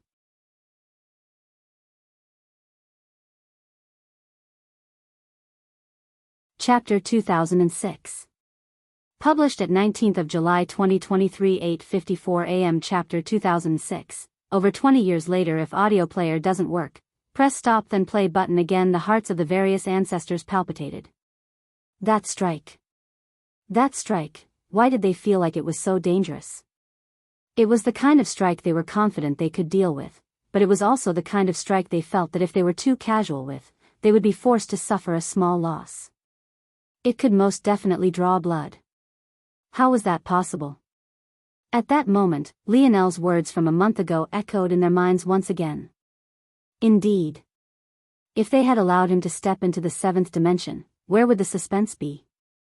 Right before their eyes, Lionel had gone from Tier 7 to Tier 8, and then Tier 9 just 20 minutes later. It should have taken years to cross barriers of the sixth dimension. Lionel had given the others a 20-year head start, and most of them had only barely stepped into Tier 1 of the seventh dimension. Watching a man go through 2 tiers in not even an hour. How could they accept this? What made it worse is how Lionel broke through. This confirmed to them all that it was simply impossible for him to have taken the conventional path. Lionel had obviously used comprehension to break through, and that wasn't possible with the conventional path, which was entirely about tempering the body. He would have needed to consume some resources before he could break through, but they had all been watching him. He had clearly not consumed anything. For one's comprehension to be so strong. Could even the likes of Cynthia and Velasco compare? Velasco wasn't even 30 years old when he entered the seventh dimension, just like Lionel. However, what no one realized was that Lionel didn't even know what dimensions were until he was 18 years old, whereas Velasco had been born and raised in the Morales family. It was simply impossible to compare these two things. He had to die. Lionel lowered his spear, his gaze still sparkling. He had never unleashed such a powerful strike before. It felt good. With that strike alone, he had reached the fourth layered state, just a step away from the impetus stage. It had to be remembered that the impetus stage was the requirement for entering the ninth heaven. To even approach such a state was absolutely game-changing. However, Lionel wasn't complacent. For one, to unleash that attack, he needed to complete his spear dance. Right now, his methods were imperfect, so he first had to draw the power of several strikes before converging them into one. The process of drawing the force art currently shrinking beneath his feet right now wasn't small. At the moment, it took over 10,000 strokes of his spear to reach this perfect state. In battle at his level, that would take several minutes to achieve, around 5 minutes or so. This wasn't very long normally, but a lot could happen in a battle, the most obvious of which would be his ritual being interrupted. And obviously, a person who he needed to use such a strike against would be more than capable of interrupting him. The second problem was that this was the fourth layered state for a mere, sixth-dimensional spear force. If he improved to a seventh-dimensional spear force now, he would only be able to touch the third layered state with this spear dance. And Lionel had no intention of holding back his spear force just for this. There was good news, though. I think you should take a look at when he began his spear dance. Each and every one of his spear strikes was at the limit of the third layer, individually more powerful than almost any other technique he had. This meant that while he was accumulating, it wasn't as though he couldn't threaten his opponent. In fact, he would be likely to shred an enemy to pieces before he could even unleash the final attack. But then there was more bad news. Lionel wasn't quite sure how to translate this to his bow. With his spear, he could use his spear dance, but with his bow he could only stand in place and draw his bowstring. He would be a sitting duck. When would he have the time to stand around for 5 minutes in battle without attacking? For the first time, his spear had actually surpassed his archery, at least in this regard. Luckily, there was more good news. There were 2 paths before him to improve now. The first was simplifying the force art, the second was strengthening it. Decreasing the number of lines for the former, and potentially adding layers of complexity for the latter. In addition, this was just one spear dance. Lionel felt that he could create more with differing aspects. This one was particularly overbearing. It was like a beast rampaging within its cage and pulling against its chains, roaring when it finally made its way out. If he could create several spear dances, each with their own unique flair, he could one day enter a state of battle where he never had to step out of his spear dances at all. He could glide from one spear dance to the next, seamlessly using them. If he reached such a state, it would be almost impossible to interrupt a spear dance because he could just flow into another. If it was himself flowing from one to the next, he wouldn't lose any progress. That way, he could incrementally complete one spear dance at a time until he had gathered so much momentum that he could bulldoze his opponents. In fact, maybe one day he would even be able to fuse the final strikes of his spear dances into one, creating an ultimate attack that was simply unblockable. Lionel's spear trembled once and he took a breath, exhaling. He looked down at the heavy black rod in his hands. In the past, just trying to catch it had crushed his fingers, but now he could hear it roar. Just now, Lionel had finally sensed the domain of the black rod and he couldn't help but grin. Over 20 years ago, he had given up the Shadow Sovereign lineage factor and chose to protect an unborn child. 20 years later, things seemed to have come full circle. Who could have known that he had had Shadow Sovereignty in the palm of his hands all the while?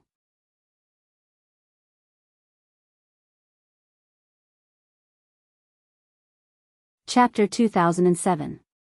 Published at 19th of July 2023 8:53 and 58 seconds AM. Chapter 2007.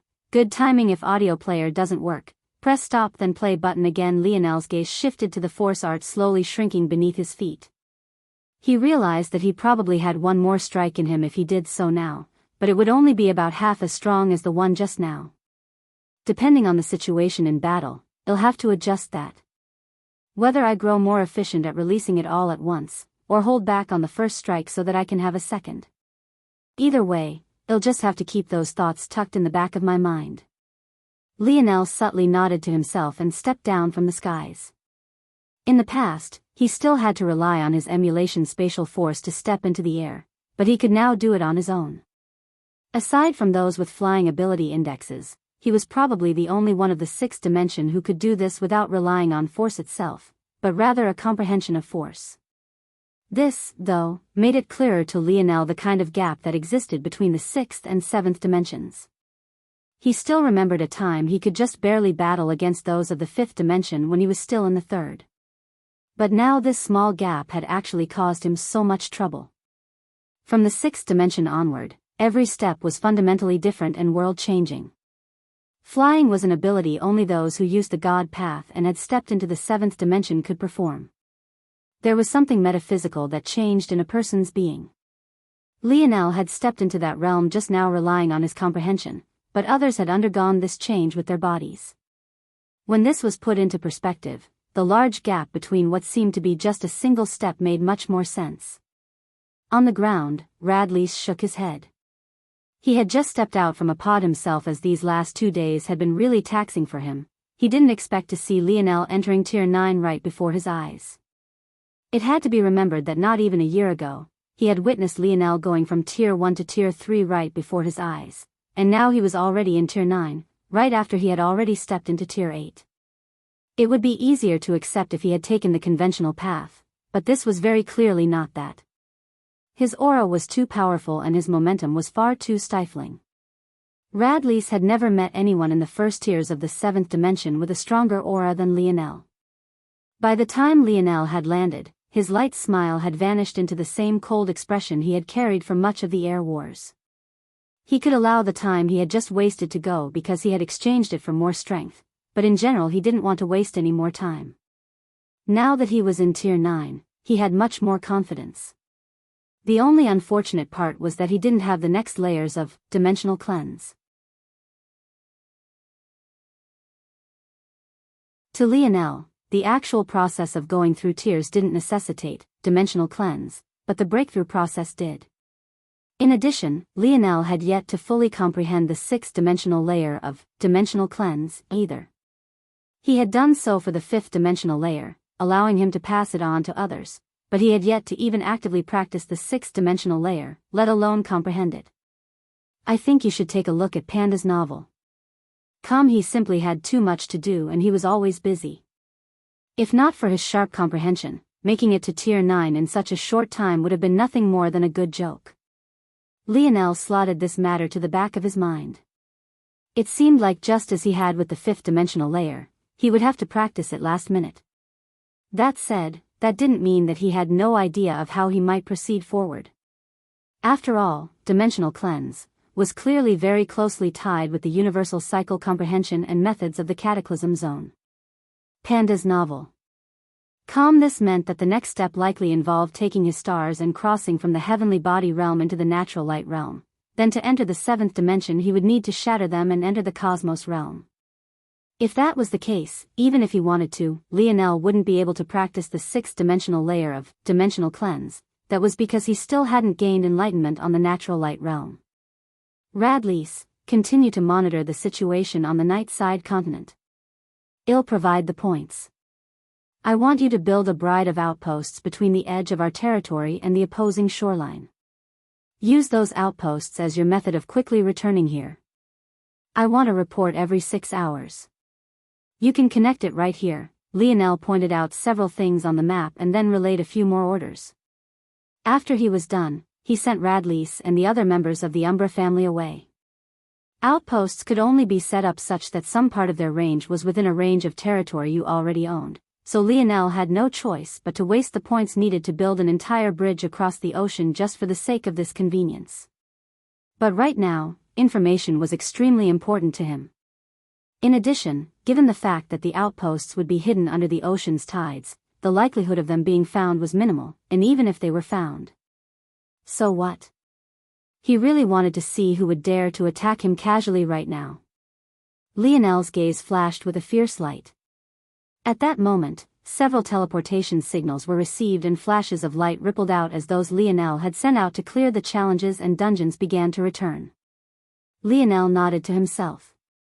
This timing was good. He would take the time to maximize the rewards they had gained first before heading out to hunt more air-grade threats.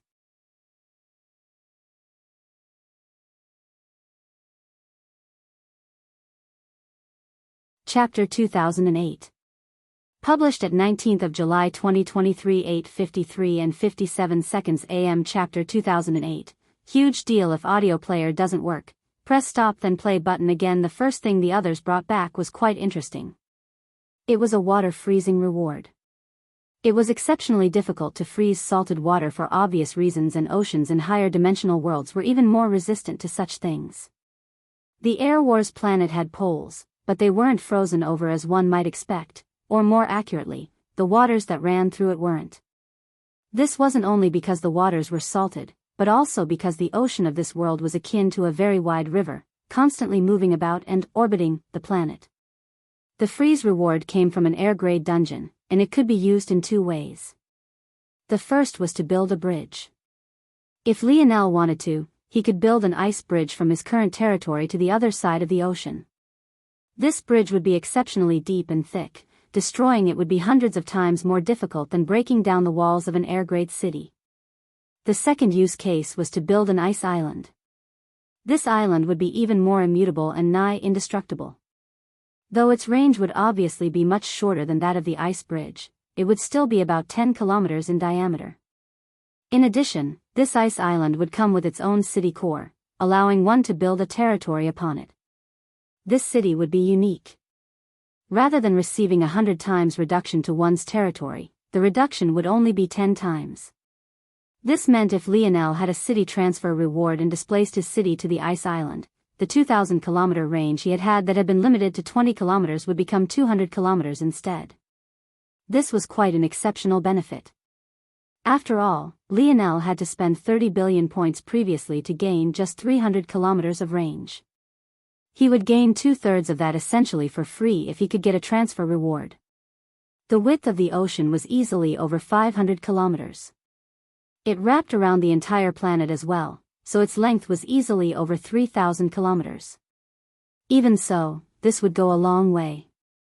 If Lionel could block out a section of the ocean with more than just outposts, the benefit would be exceptional and also stop others from encroaching without a willingness to bear arms. Even so, Lionel set this matter aside for a small time. The next reward was actually quite an excellent one. It was an air-grade protector. This was worth a great deal. An air-grade protector was worth easily 10 of just one of the soul constructs he had gathered until now. Even better than that, their defensive abilities were off the charts, so ultimately, their combat strength was better than just the estimate of 10 Lionel had. It would probably be able to deal with a fifth of the air grade generals come the air grade upgrade challenge. Lionel crushed the rewards and released it, allowing it to join the other lower grade protectors. Though they were invisible for now, when the time came they should be quite useful. The next few rewards were miscellaneous, but useful nonetheless. This included an air grade city wall collapse reward, a territory expanding reward, and a gold grade upgrade pass. The territory expanding reward was especially interesting because it was air grade. It allowed one to expand their territory as though one already had an air grade city. The territory of an air grade city was measured differently. The gold grade had a limit of 2,000 kilometers even after one exchanged points for more expansion. But an air grade territory encompassed a continent. Meaning, if Lionel used this reward, so long as there weren't the territories of others present, his territory would expand to engulf a continent. The trouble with this, though, was that Lionel's goal was obviously the ocean and this reward wouldn't allow him to claim the entire ocean for obvious reasons. But as a reward from an ocean dungeon, there was obviously a provision for it to be used in this fashion. I think you should take a look at Panda's novel. This was when Lionel learned that the ocean was split into 4 seas according to this description, each sea taking up a fourth of its length. According to the reward, if he attached this territory expansion to a special ocean territory, he would be able to claim up to an entire sea for himself. Lionel's gaze flickered when he read through this. That was because he had access to one such thing already, and that would be the Ice Island City. That said, there was a bit of a drawback. He would only be able to claim half of a sea with a gold grade city. In order to claim a whole sea, he would need an air grade territory. Lionel fell into thought. He had access to more than enough cities now, although he didn't use them. There was his decoy city which he could upgrade now with his gold grade upgrade pass. After that, he would only need to find one more city to trigger the air grade upgrade challenge. Panda's novel calm, but there were 2 major problems with this. First, this would obviously make the air grade upgrade challenge 3 times more difficult, and he was still accumulating to challenge even the base level challenge. Unfortunately, he was still an enormous amount of points away from being able to afford it, and he was constantly spending points now, the Bride of Outposts just being one matter. The second issue was that challenging with a special ocean territory meant that he would have to deal with oceanic beasts instead of land beasts. They would be a huge headache for obvious reasons, and his formation wasn't here to support him. However, claiming an entire city was a huge deal, that was especially since this reward didn't say anything about being limited by the territories of others. That likely meant that even if there was someone encroaching on his sea right this moment, they would be kicked out. This was a huge deal. Lionel fell into silence.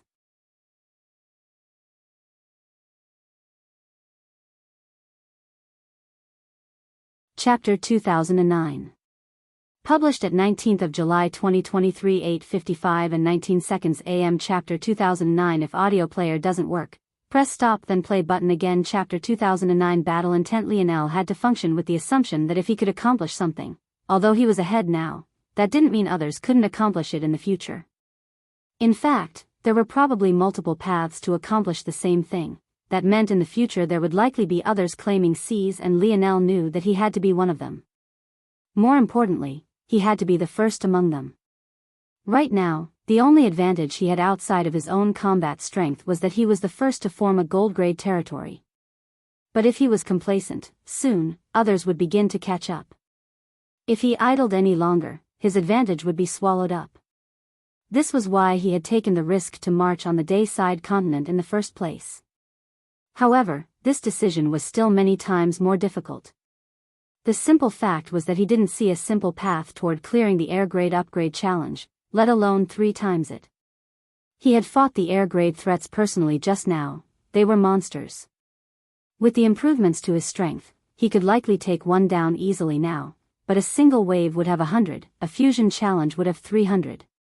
Most of his subordinates couldn't battle even a single gold grade threat, let alone 300 air grade threats. That didn't mention the other elephant in the room. 100 million gold-grade threats, or 300 million in this case. That was the population of a decently sized country back on Earth. In the grand scheme of the human domain, it was a small number, but it was a crushing mountain to the current Lionel. Even if he had the option, he wouldn't be able to control that many soul constructs either, even if he factored in the recent improvement to his dream force. Lionel took a breath and exhaled, closing his eyes. This had to be done. The only thought process now should be figuring out how. His eyes snapped open and his focus seemed to have increased. He scanned through the remaining rewards, most of which were still miscellaneous, until he landed on one. This reward was in the shape of a conch one could blow into. There were two options. The first was to summon 10 air-grade threats, the other was to summon 1 million gold-grade threats. All of them would be oceanic beasts. Lionel's gaze narrowed. It seems that I'll have to bring out one more of my trump cards. Those watching likely had no idea just how much Lionel was holding back currently. He had many methods that he hadn't used, but that was because he was aware that he was being observed and his goal was never just to win the air wars. His eyes had been on the war that was doubtless to follow once he did win. In his eyes, this was nothing more than a precursor. But in order to assure his victory, it seemed he would have to bring out a bit more. He raised the conch to his lips. His chest expanded and he practically roared into its body. A billowing sound that caused the ocean to become agitated echoed time and time again. Then, he lowered it. You all go and rest. When you feel refreshed, continue with the same plan. Well, keep pushing forward like this. There'll only be just one slight change. The rewards from dungeons are less predictable and there's no reproducibility. Focus on challenges for now, namely challenges with the highest possibility of producing upgrade clear rewards. Once we've found one more gold grade upgrade challenge clear reward and a territory displacement reward, change your focus back to dungeons. The others nodded and Lionel handed a ring to Aina. Aina, these are the corpses of the air grade threats I've dealt with until now. From now on, I won't kill them. Is this enough? Aina swept her senses into it and looked up with a nod. It's enough. This will last me a very long time. Good. Lionel nodded before flickering and vanishing. Lionel appeared on the tall city walls, looking down to the churning waters below. I think you should take a look at Panda's novel. Come one after another, large oceanic beasts began to appear. Each was at least 20 meters large and they were all stingrays glistening with a silvery black color. Panda's novel. These stingrays were all gold-grade threats and with the conch by his side, they were all under Lionel's control. Lionel hopped down from the city walls and landed on the back of one. He inspected it for a moment before diving below the raging waters. The scene below could only be described as fascinating. These stingrays went for as far as the eye could see, especially in these dark waters. Their majesty was great and their beauty greater, but this wouldn't do much to help Lionel. He tested it just now and the amount of control he had over these stingrays was incredibly limited. At best, he could point them toward a direction to attack and he could group them up. As for how they attacked, that was left up to them.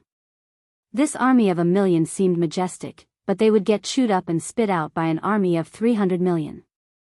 Even the 3 million from Lionel's gold-grade challenge would have laid waste to them. However, Lionel still inspected them all one by one.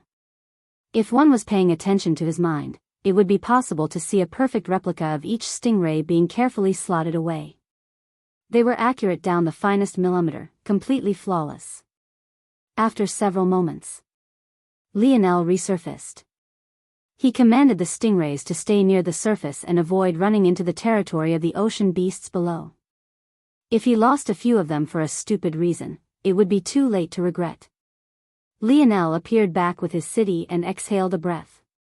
Each stingray was a slightly different size. It seemed that he couldn't rely on the segmented cube this time. Although it might be possible to create something simple like a collar with an adjustable size and mass produce it that way, the effects wouldn't be what he wanted. The power would be limited. Lionel's gaze glowed. It seemed he would have to act personally again. As for Lionel's plan, it was about time he put an idea that had been swimming in mind to action. Back in the Cataclysm Zone, he had seen a concept for armors that could allow troops to fuse their power into one and output more strength than just the sum of their parts. It was akin to working in formation, but with warriors being the nodes instead of something else. If he wanted to clear the air grade upgrade challenge as quickly as possible, he would have to create an army of gold grade threats that could destroy a threat 300 times their size. Little Tolly squirmed from its position on Lionel's wrist, clearly feeling Lionel's battle intent. Or, maybe, it should be called crafting intent. A cold smile spread across Lionel's lips. These old bastards would have to watch carefully now. The number one crafter of the younger generation had been him for a very long while. If they truly thought he had opponents, they would be in for a rude awakening.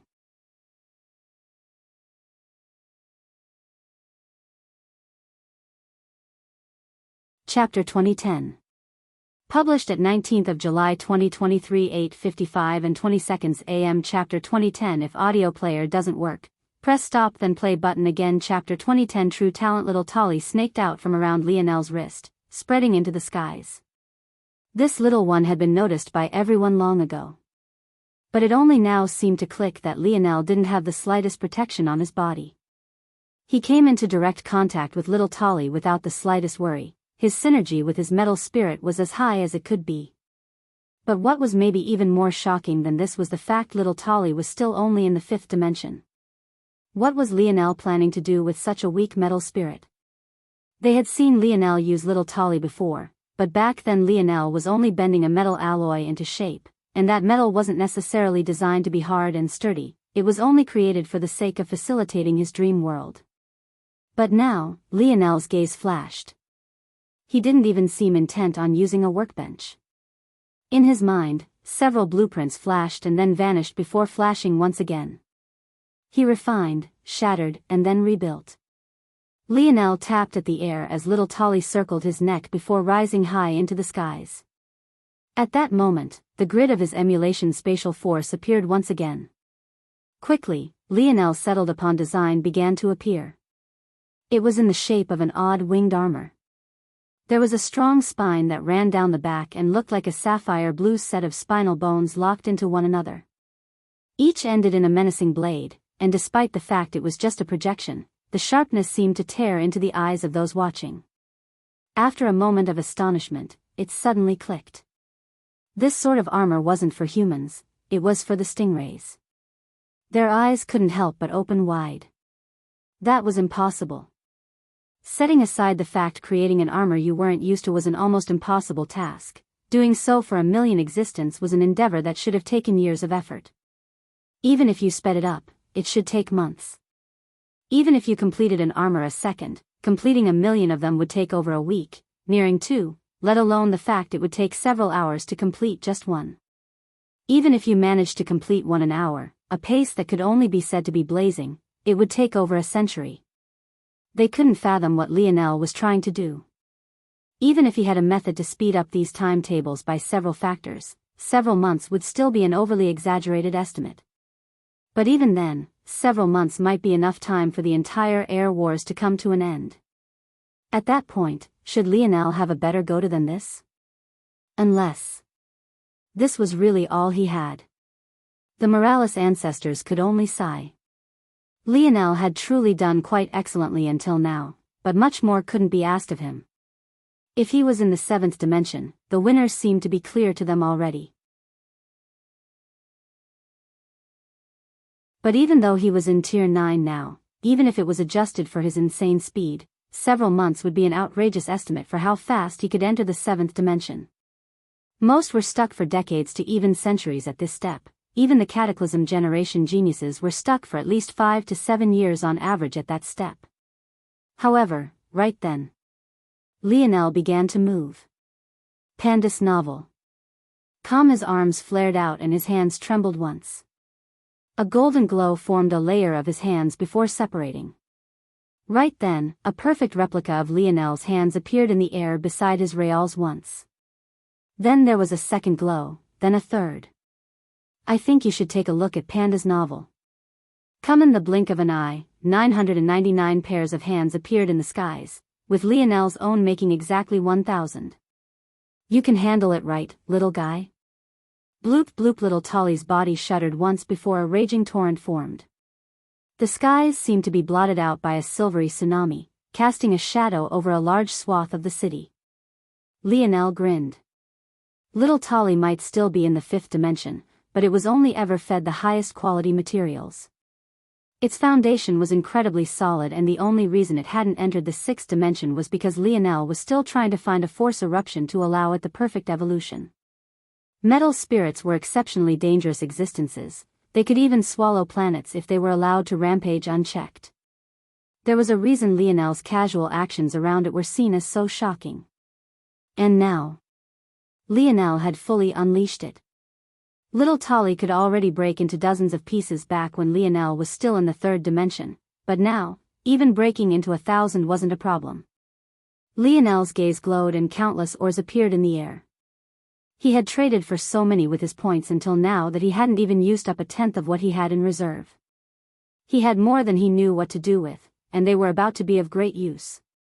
Lionel's 1,000 pair of hands flexed just once, and as though striking down toward the keys of a piano, they shattered the sound barrier on the way down, a roar that echoed across the continent and through the oceans, rising in a torrent. Bang! Bang! Bang! Little Tolly's countless pieces surged forward, its processing speed under Lionel's control immaculate. A heartfelt silence reigned. It felt as though there was simply nothing else to say. Seeing Lionel's skill for the first time, Cynthia's expression changed for the first time, her heart skipping a beat. They had all seen Lionel break through in emulation spatial force together. This meant that Lionel had only just gained the skill to use several pairs of hands like this so seamlessly. And yet he was not only skilled enough to execute such a thing, but he was also doing so with such confidence. How much self-assurance must one have to try something you had never done before with your fate on the line before the eyes of trillions? It was then that she realized the scariest thing about Lionel wasn't his lineage, nor was it his talent.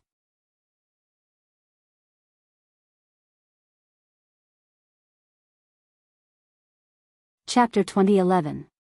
Published at 19th of July 2023, 8:55 and 20 seconds AM. Chapter 2011. If audio player doesn't work, press stop then play button again. Chapter 2011. Without fail, Lionel was incomparably focused.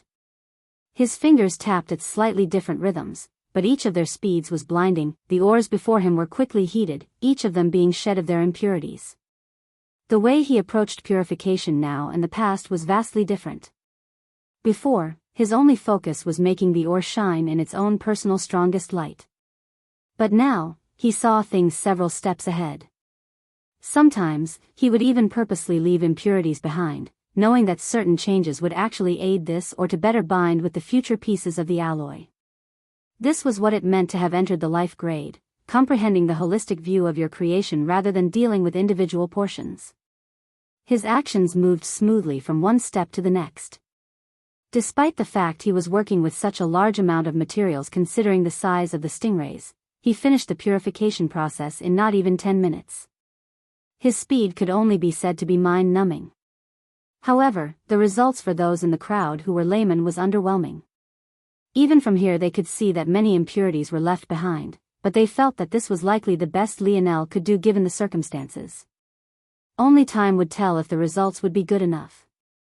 Despite the feelings of these laymen, the Morales ancestors and the Force Crafting Guild crafters had all stood to their feet, their eyes wide as they moved forward as though they needed to get a closer glance. Lionel was keeping this relatively simple, working with just 3 six-dimensional ores, and, of course, using herb ore as a foundation. It was for partly this reason that his actions seemed to be so desperate. What could silver-grade treasures do to meaningfully change his situation at the moment? 2 of these ores were water-based, while the third was a water-wind fusion that was particularly unruly. This third ore was known as green storm ore, and what made it even odder was the fact it was a vein-type oregano. The laymen weren't able to see the subtle actions Lionel was taking, but how could this meant that it wasn't only unruly, but one had to be delicate and finely controlled in its usage. Vein-type ores were usually built into the core of treasures and used to write out the most integral force arts to a craft. However, the method by which Lionel was refining it, and then subsequently fusing it with 2 foundational water force ores, was just genius. Lionel made the unruly ore look like a docile child. His mind worked on a plane of its own. The laymen weren't able to see the subtle actions Lionel was taking, but how could the ancestors not? They felt as though they were seeing a prodigy rising up before their eyes. Even until now, they couldn't quite comprehend how Lionel's armors were all of the life grade, but it seemed to suddenly click into place right this moment. The green storm ore was spun into a thin filament, so thin that it floated through the sky like a thread of silk, weightless and flexible. One after another, Lionel began to form the spinal bones of the armor, threading the green storm ore into the water force ores it should have clashed with. A beautiful pile of refined metals began to appear. They shimmered with blue, like sapphires sparkling beneath the ocean's surface. Within then, fine patterns of emerald glowed, giving it a mysterious appearance. At the same time, Lionel was refining one blade after another. This blade was formed by 2 wind force ores and yet another water wind ore that was once again green storm Oregon. Each blade was as thin as a cicada. They fluttered through the wind like a leaf, looking much more like the thin fins of a beautiful fish rather than the blades they were. With just a single jolt, they went from fragile and flexible to incredibly tough and sharp. The craftsmanship could only be described as gorgeous. The hours ticked by, and then over a day, but it seemed to finally click. Lionel didn't need months. By the end of the 3rd day, he would be finished. The bags around Lionel's eyes were so dark that they had become a dense black. However, his fingers continued to strike with the same speed, large numbers of armors floating in the air with a renewed sort of vigor. Lionel's wrist trembled as a force crafting pen appeared. Suddenly, that force crafting pill multiplies, 2,000 appearing, 1 for each of his hands.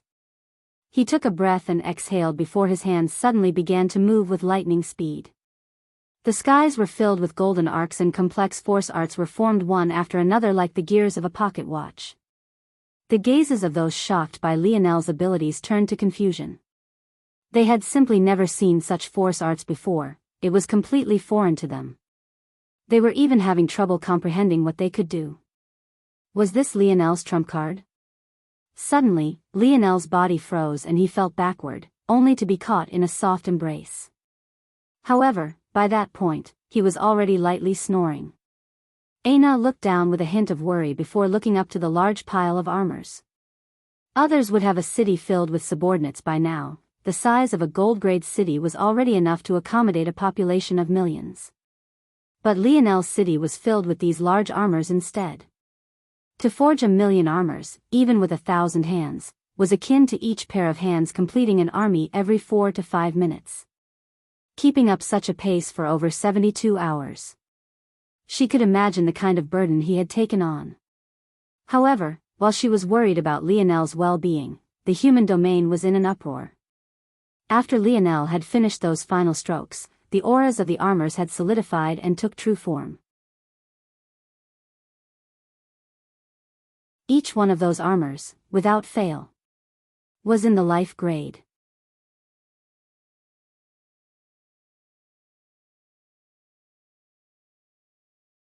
Chapter 2012. Published at 19th of July 2023 8:55 and 20 seconds AM. Chapter 2012. If audio player doesn't work, press stop then play button again. Chapter 2012. Blueprints. The commotion this caused was hard to describe. It felt as though Lionel Palm had suddenly descended from the skies, casting a shadow over all and gripping each one of their hearts one by one. Life-grade crafters were simply impossibly rare. In the whole of the human domain, the number of them weren't even close to 4 digits. In fact, they weren't even halfway there. The difficulty of crossing that final step was one that had stalled many for far too long. To put this matter into perspective, there were easily millions upon millions of gold-grade crafters, and yet not even 500 life-grade crafters. This was how solid this bottleneck was. There were some exceptionally rare geniuses who could cross this step while in the 7th dimension. But it was more accurate to say that this was just a painting of how difficult it was to step into the 8th dimension rather than a function of how difficult it was to become a life-grade crafter. It was simply impossible for a person to focus on both unless you were on the level of Cynthia and Velasco, or had many, many years of experience like the Oman and Morales ancestors. And yet, here was an absolute genius with the strength of a 7th-dimensional existence at the 6th dimension who had already crossed this threshold. In fact, it seemed that he had crossed it long ago, so much so that he could create 1,000,000 of them right before their eyes. Cynthia gripped the railing of the Oman family flagship. Her pupils couldn't seem to stop trembling even when she tried to stabilize herself. She had realized something from the beginning that everyone else was only now realizing. This stingrays. Lionel had no way of knowing they would be the oceanic beast he would receive. He hadn't even known what reward his subordinates would be able to bring back ahead of time. That meant that Lionel had casually drawn up a blueprint for a life-grade treasure in a few minutes before executing it right before all of their eyes. Blueprinting was a process that should have taken years alone. Cynthia had spent an entire decade on the blueprint she was most proud of. She hadn't even gotten around to crafting it yet. The essence of the life grade made the blueprint more important than almost the entire rest of the process. To be in the life grade only meant that you had created at least one blueprint of that level and had succeeded in crafting it. Many of the not even 500 life grade crafters in existence in the human domain only had 1 or 2 life grade blueprints to their name, and they were greatly praised for it. These 1 or 2 blueprints would be entirely unique to these crafters, and often powerful families and experts would be exorbitant prices just to have one of these unique treasures under their possession. There was a very good reason why the White Lion Bao was such a big deal despite only having been at the quasi-life grade for most of its life until recently. Life grade treasures were impossible rare, so impossibly rare that it was difficult to put into words. The best of the life grade crafters had 1 or 2 dozen blueprints under their wings, including Cynthia. Only Ancestor Hito of the Morales and the oldest Oman were speculated to have hundreds, maybe even thousands of such blueprints. However, there was a vast difference between having thousands of such blueprints and casually creating one after a few minutes of thought. Of course, there was also a difference between creating life-grade crafts using 6th-dimensional materials and 8th-dimensional materials like the ones Cynthia and the other crafters of her level used. But Cynthia wasn't a fool. The gate of the life grade had little to do with dimension. That was something only laymen believed. Fundamentally, a life grade crafter, regardless of the base materials used, was still the life grade. It was several orders of magnitude more valuable than the basic materials used.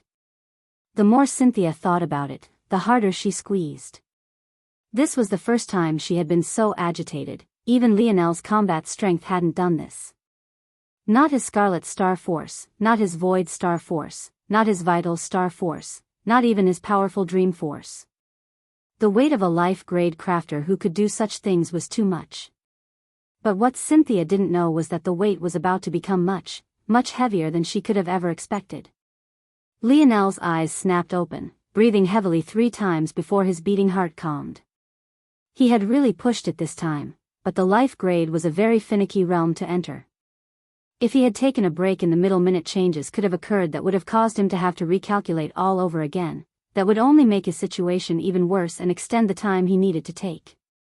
Lionel pushed his way out and stepped out of the pod.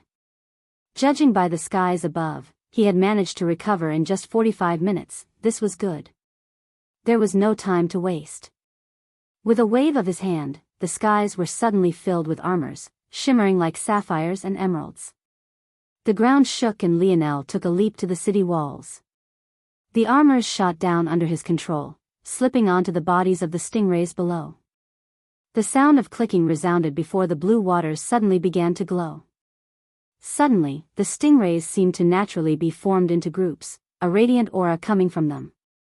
Lionel checked a new spatial ring that had appeared on his hand and nodded to himself. In the 3 days he had been focused on crafting, the others had already succeeded in finding what he needed. Without hesitation, Lionel executed several actions in a row, upgrading his cities to the gold grade one after another and then fusing them.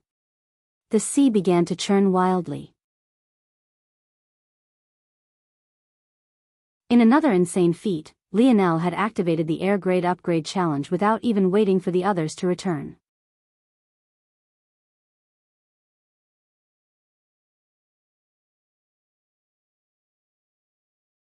Chapter 2013.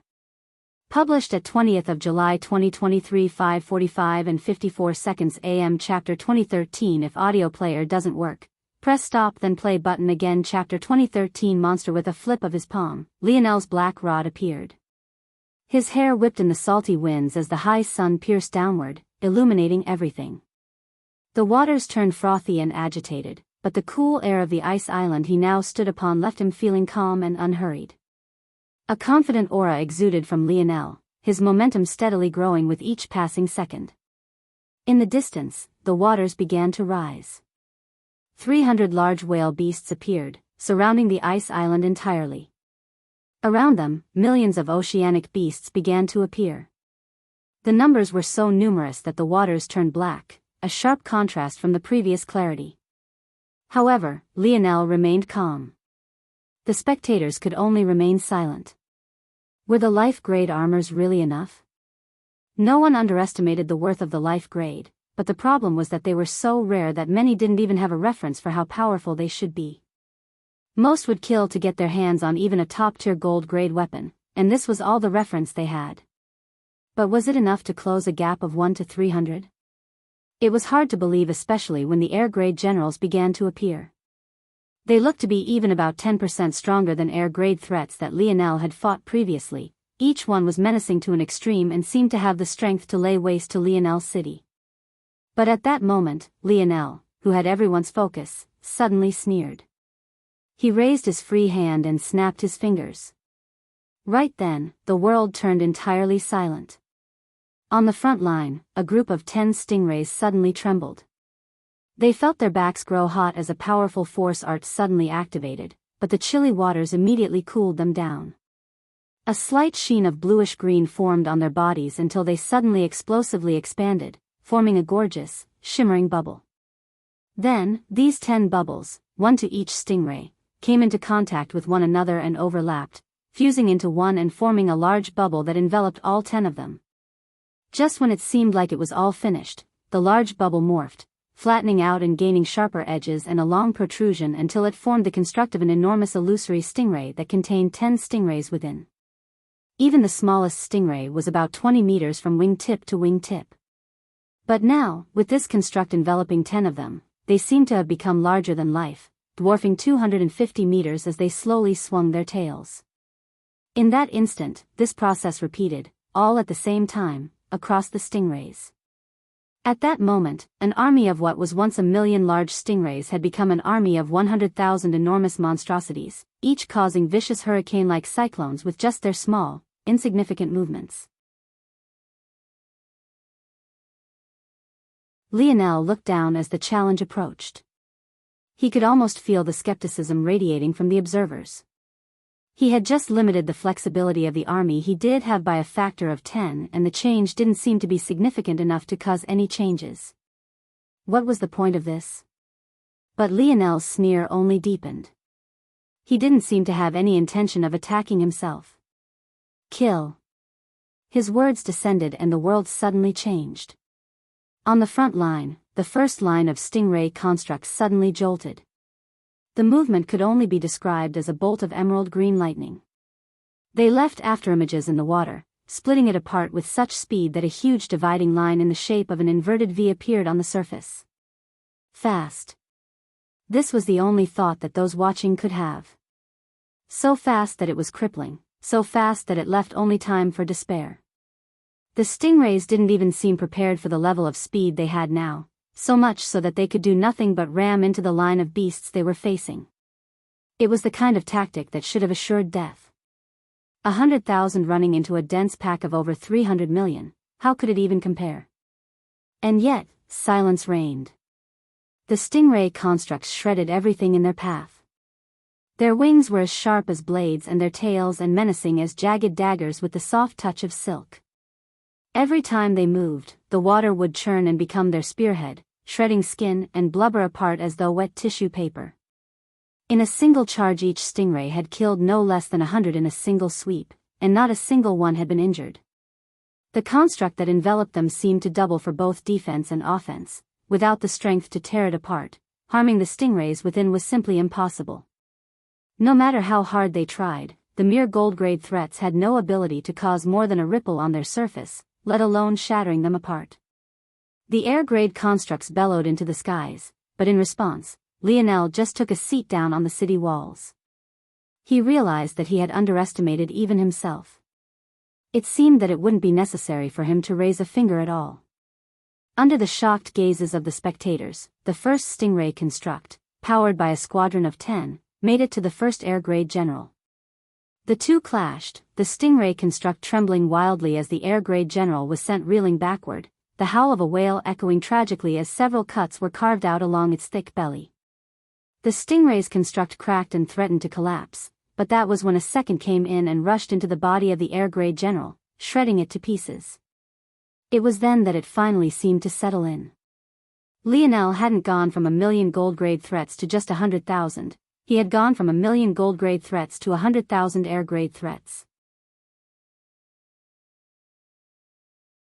The railing Cynthia was holding on to shattered, her fair palms bleeding as it was ravaged by cuts and scrapes. Lionel could only be described as a little monster. You're tuning into the Biyao's Wuxia Chronicles YouTube channel. Don't forget to subscribe and join us on this journey to catch the most captivating stories.